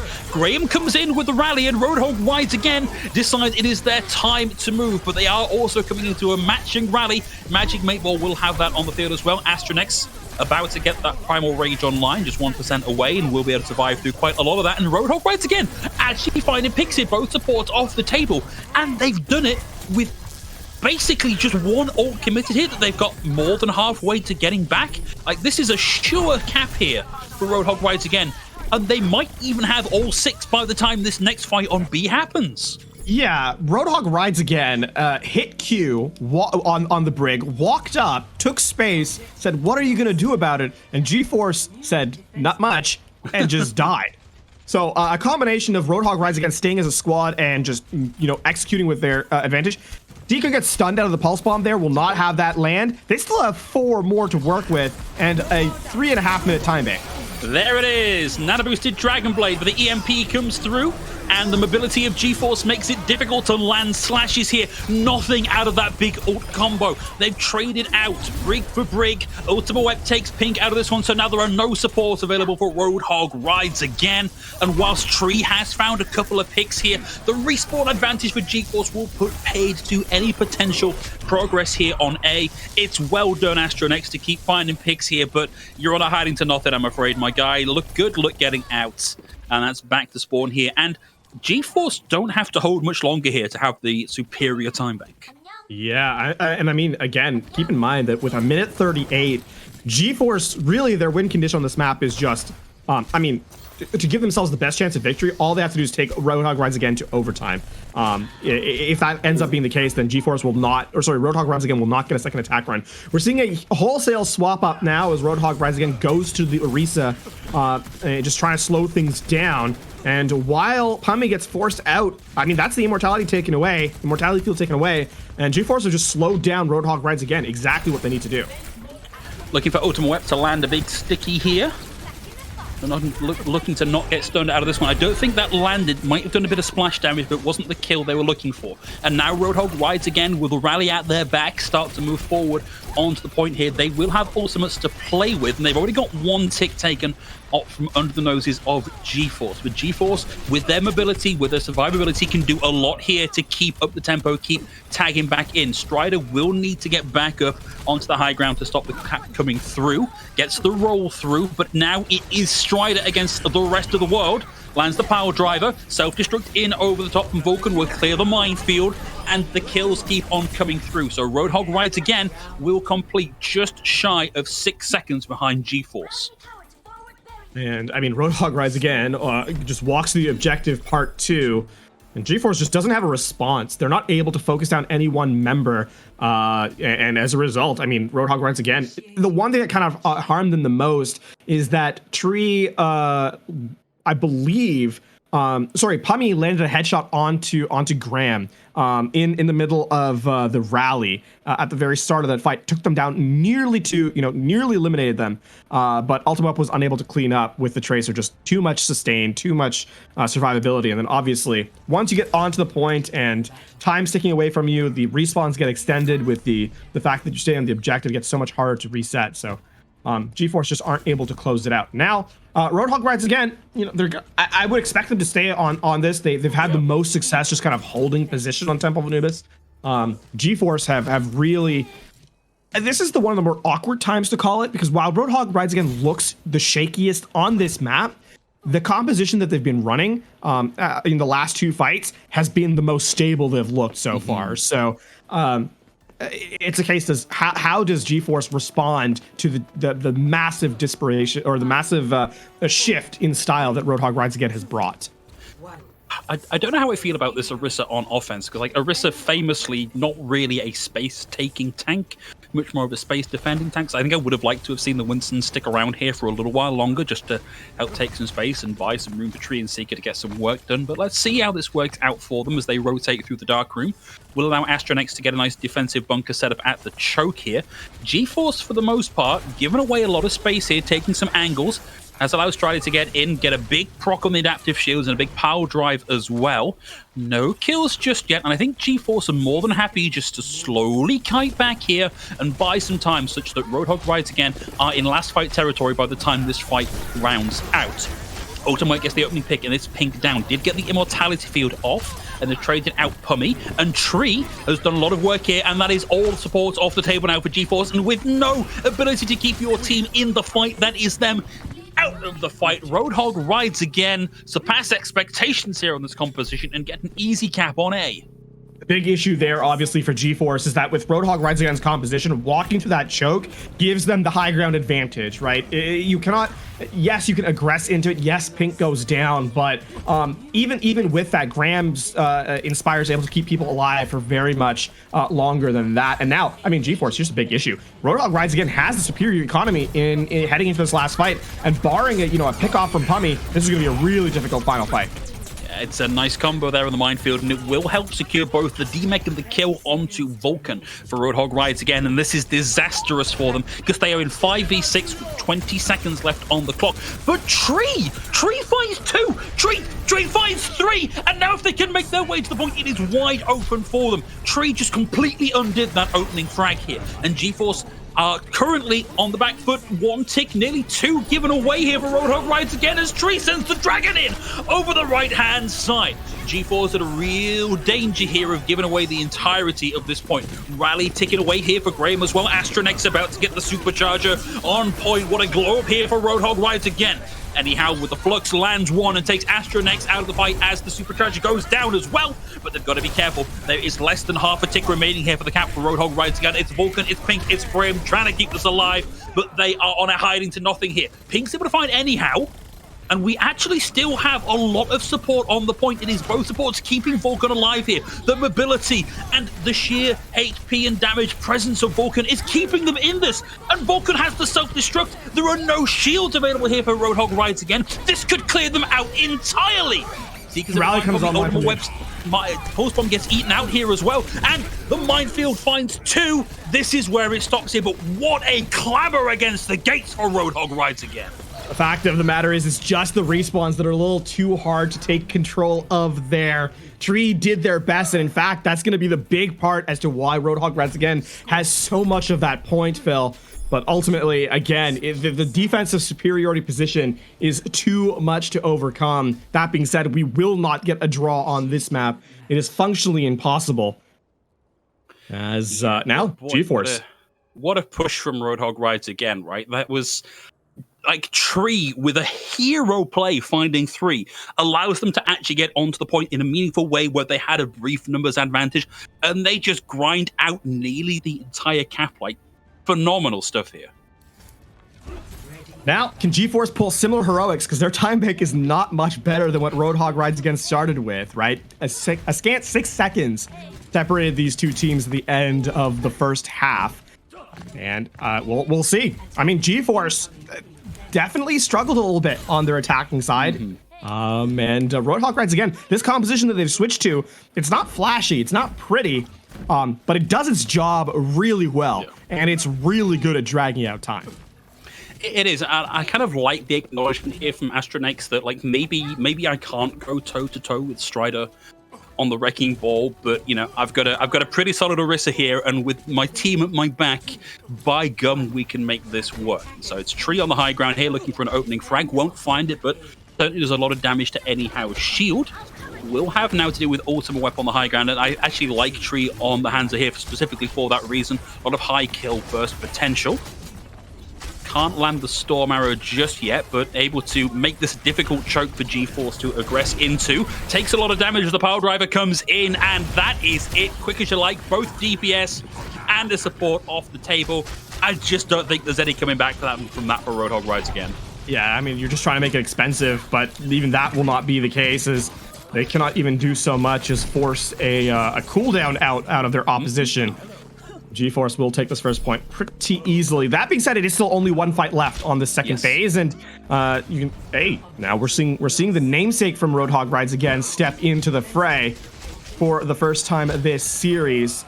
Oh, that's right, the forbidden Australian bacon here on the field for Roadhog Rides Again. Ooh. But put me an Ultimate Wet, just say no Roadhog Rides Again. No DPS for you in this fight. And Vulcan already taking quite the dink on the way through into the fight as well. Pummy closing in on having that Dragon Strike. In fact, already has it. Just got to land that one extra second. And right in over the right-hand side.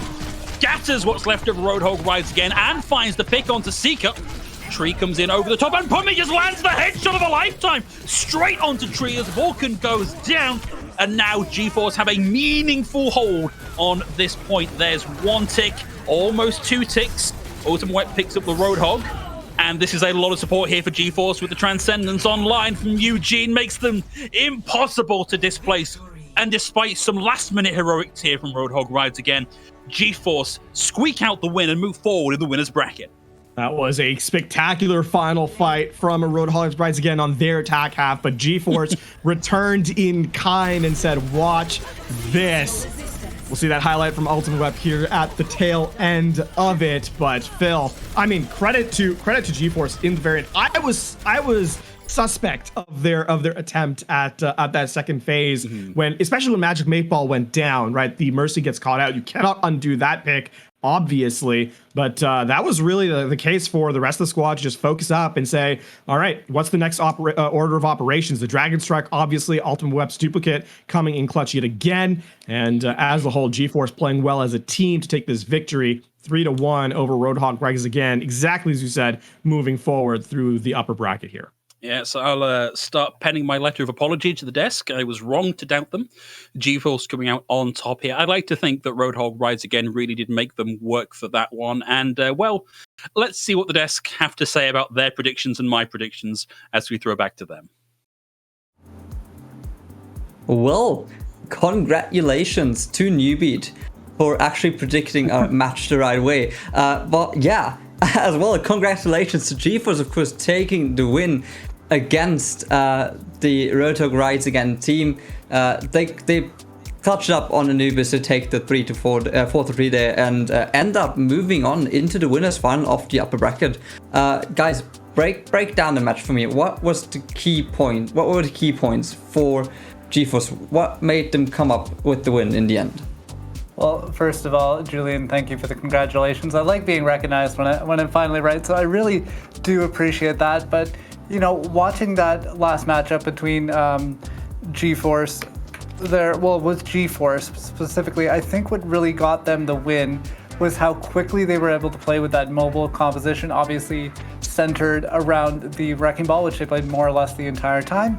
And I think it really did pay off for them in the end. They were able to out-tempo Roadhog Rides Again. They were able to just keep them on the back foot for most of the match, and at the end of the day, Roadhog Rides Again just couldn't deal with it. Yeah, no, it wasn't without highlights. I think from Roadhog Rides Again, we we're looking at the tank line especially looking so solid. Anyhow, a complete monster on that diva. And I think you're absolutely right that they just got out-tempoed a little bit and couldn't keep up with GeForce's aggression, which we've seen basically every other team struggling to deal with this. I did think that the choice to go to Numbani was really interesting. I thought that played into what GeForce wanted to do. They're so effective at taking away that high ground and playing that disruption game, that playing especially point A where it's all just surrounded in high ground. It's made for disruption. It's made for dive. It kind of played into what they wanted to do, what GeForce wanted to do. So to lose Lafon said it as well, to be losing your map pick, it gets a little scary. Yeah. And with that, I think it really kind of set them on a downward trajectory, and they weren't really able to recover from that in the end. For Roadhog, right at the end, they did have a couple subs on the fourth map as well that actually looked pretty good. Vulcan looking good. All the players playing off tanks today looked very strong. Obviously, we know Kalush is good. Anyhow, had a monster match on the diva, eating a bunch of pulse bombs, and looked very strong on that role as well. And that was a really fun little micro game to watch the whole way through.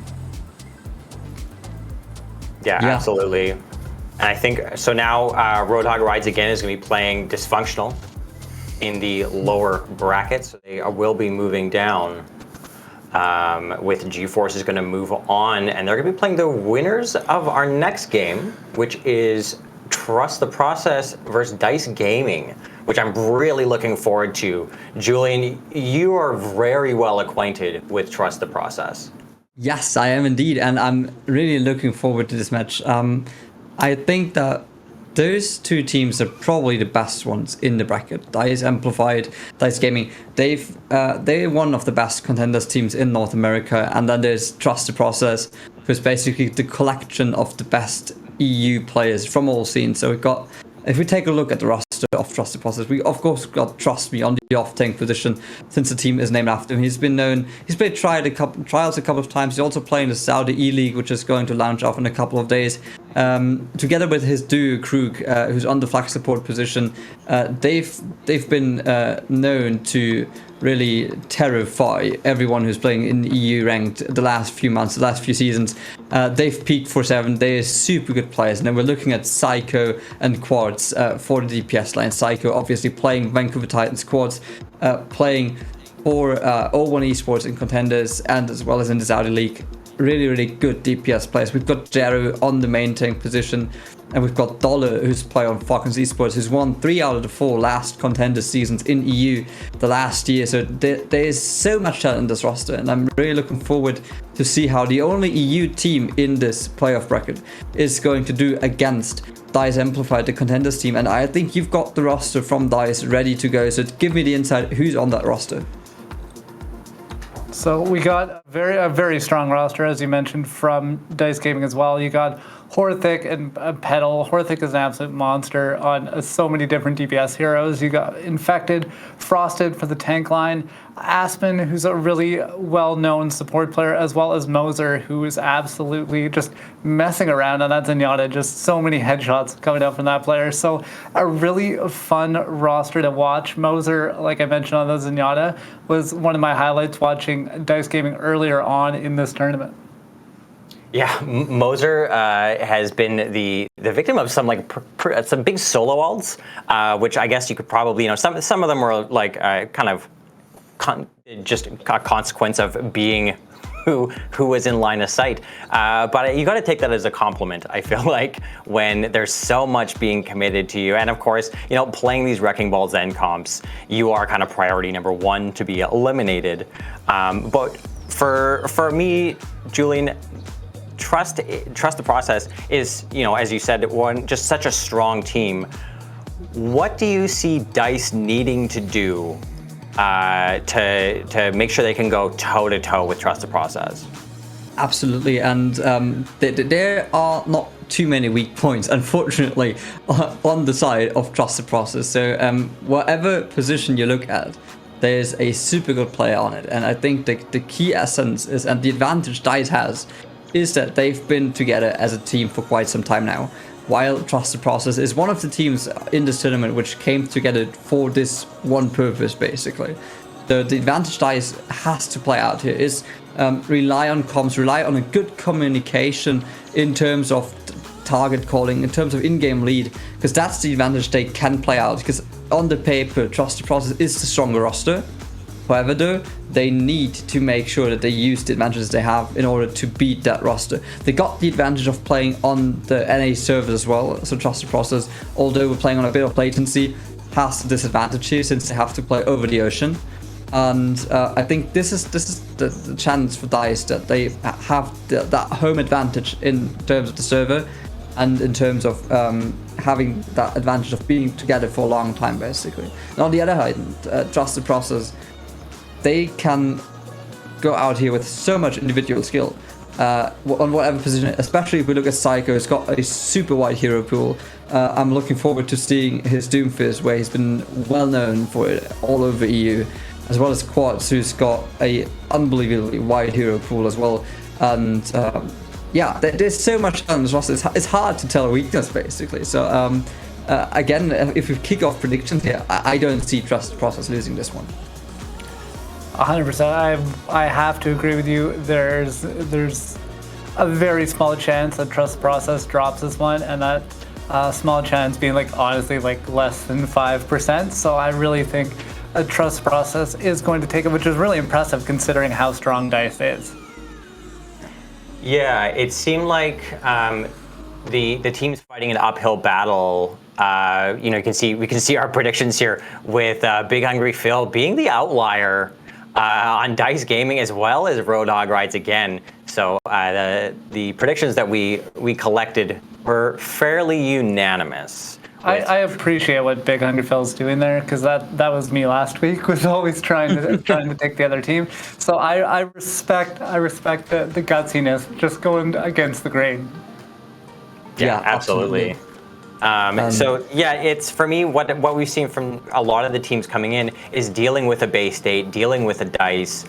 They are playing these very cohesive teams. This seems a little the narrative's flipped a little bit, where Trust the Process is being seen as not the underdog, and they are a team that was more recently put together. They're going to be relying much more heavily on that individual skill than that kind of cohesive nature that we're looking for from DICE. I think if DICE is allowed to play their game and they can hold up on these 1v1s, hold up on the tempo with Trust the Process, they're going to be in good shape.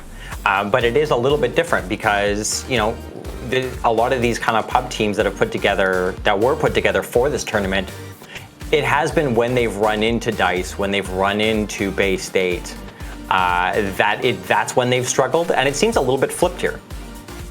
Yeah, absolutely. I mean, Trust the Process, you said, that roster goes on so much individual skill. So the problem you're facing when playing a roster like this is you don't really know who to focus on the team fight, because whenever you think you take somebody out who's important for individual plays, the other five will just come around the corner and make a triple, make a quadruple kill or something. Because any one of those players is capable of being the winning element in a fight here.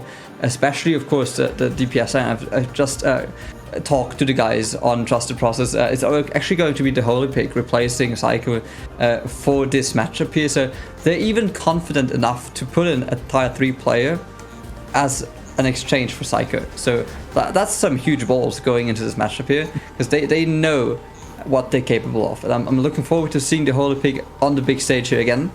And I'm absolutely looking forward to see how big that disadvantage of being together for just a couple of days basically plays out against them, and how much that individual factor is going to be a factor in the game basically.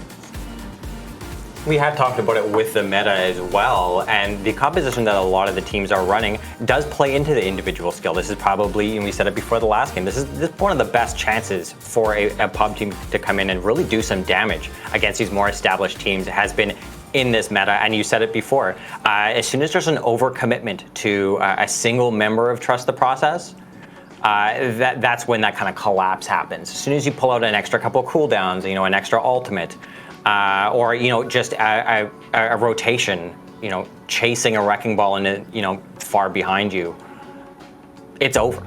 And there's never been a better time to be playing this kind of a composition. Absolutely. And I mean, I'm looking forward to see who makes it out of this match as the winner, because we talked about it before. If Trusted Process loses this one, they have to play another one tonight, and tonight means late tonight, which is about 2 a.m. in the morning for the EU players.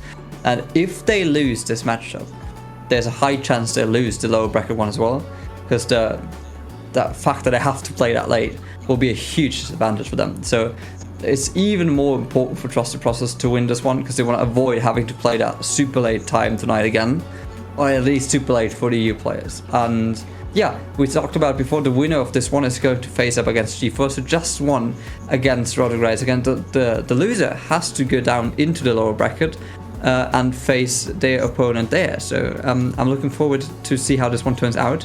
And I actually don't know how far the lobby is already, but I think if we aren't ready yet, I suggest we go into a quick break until the matchup is ready, and the casters will be right with you then.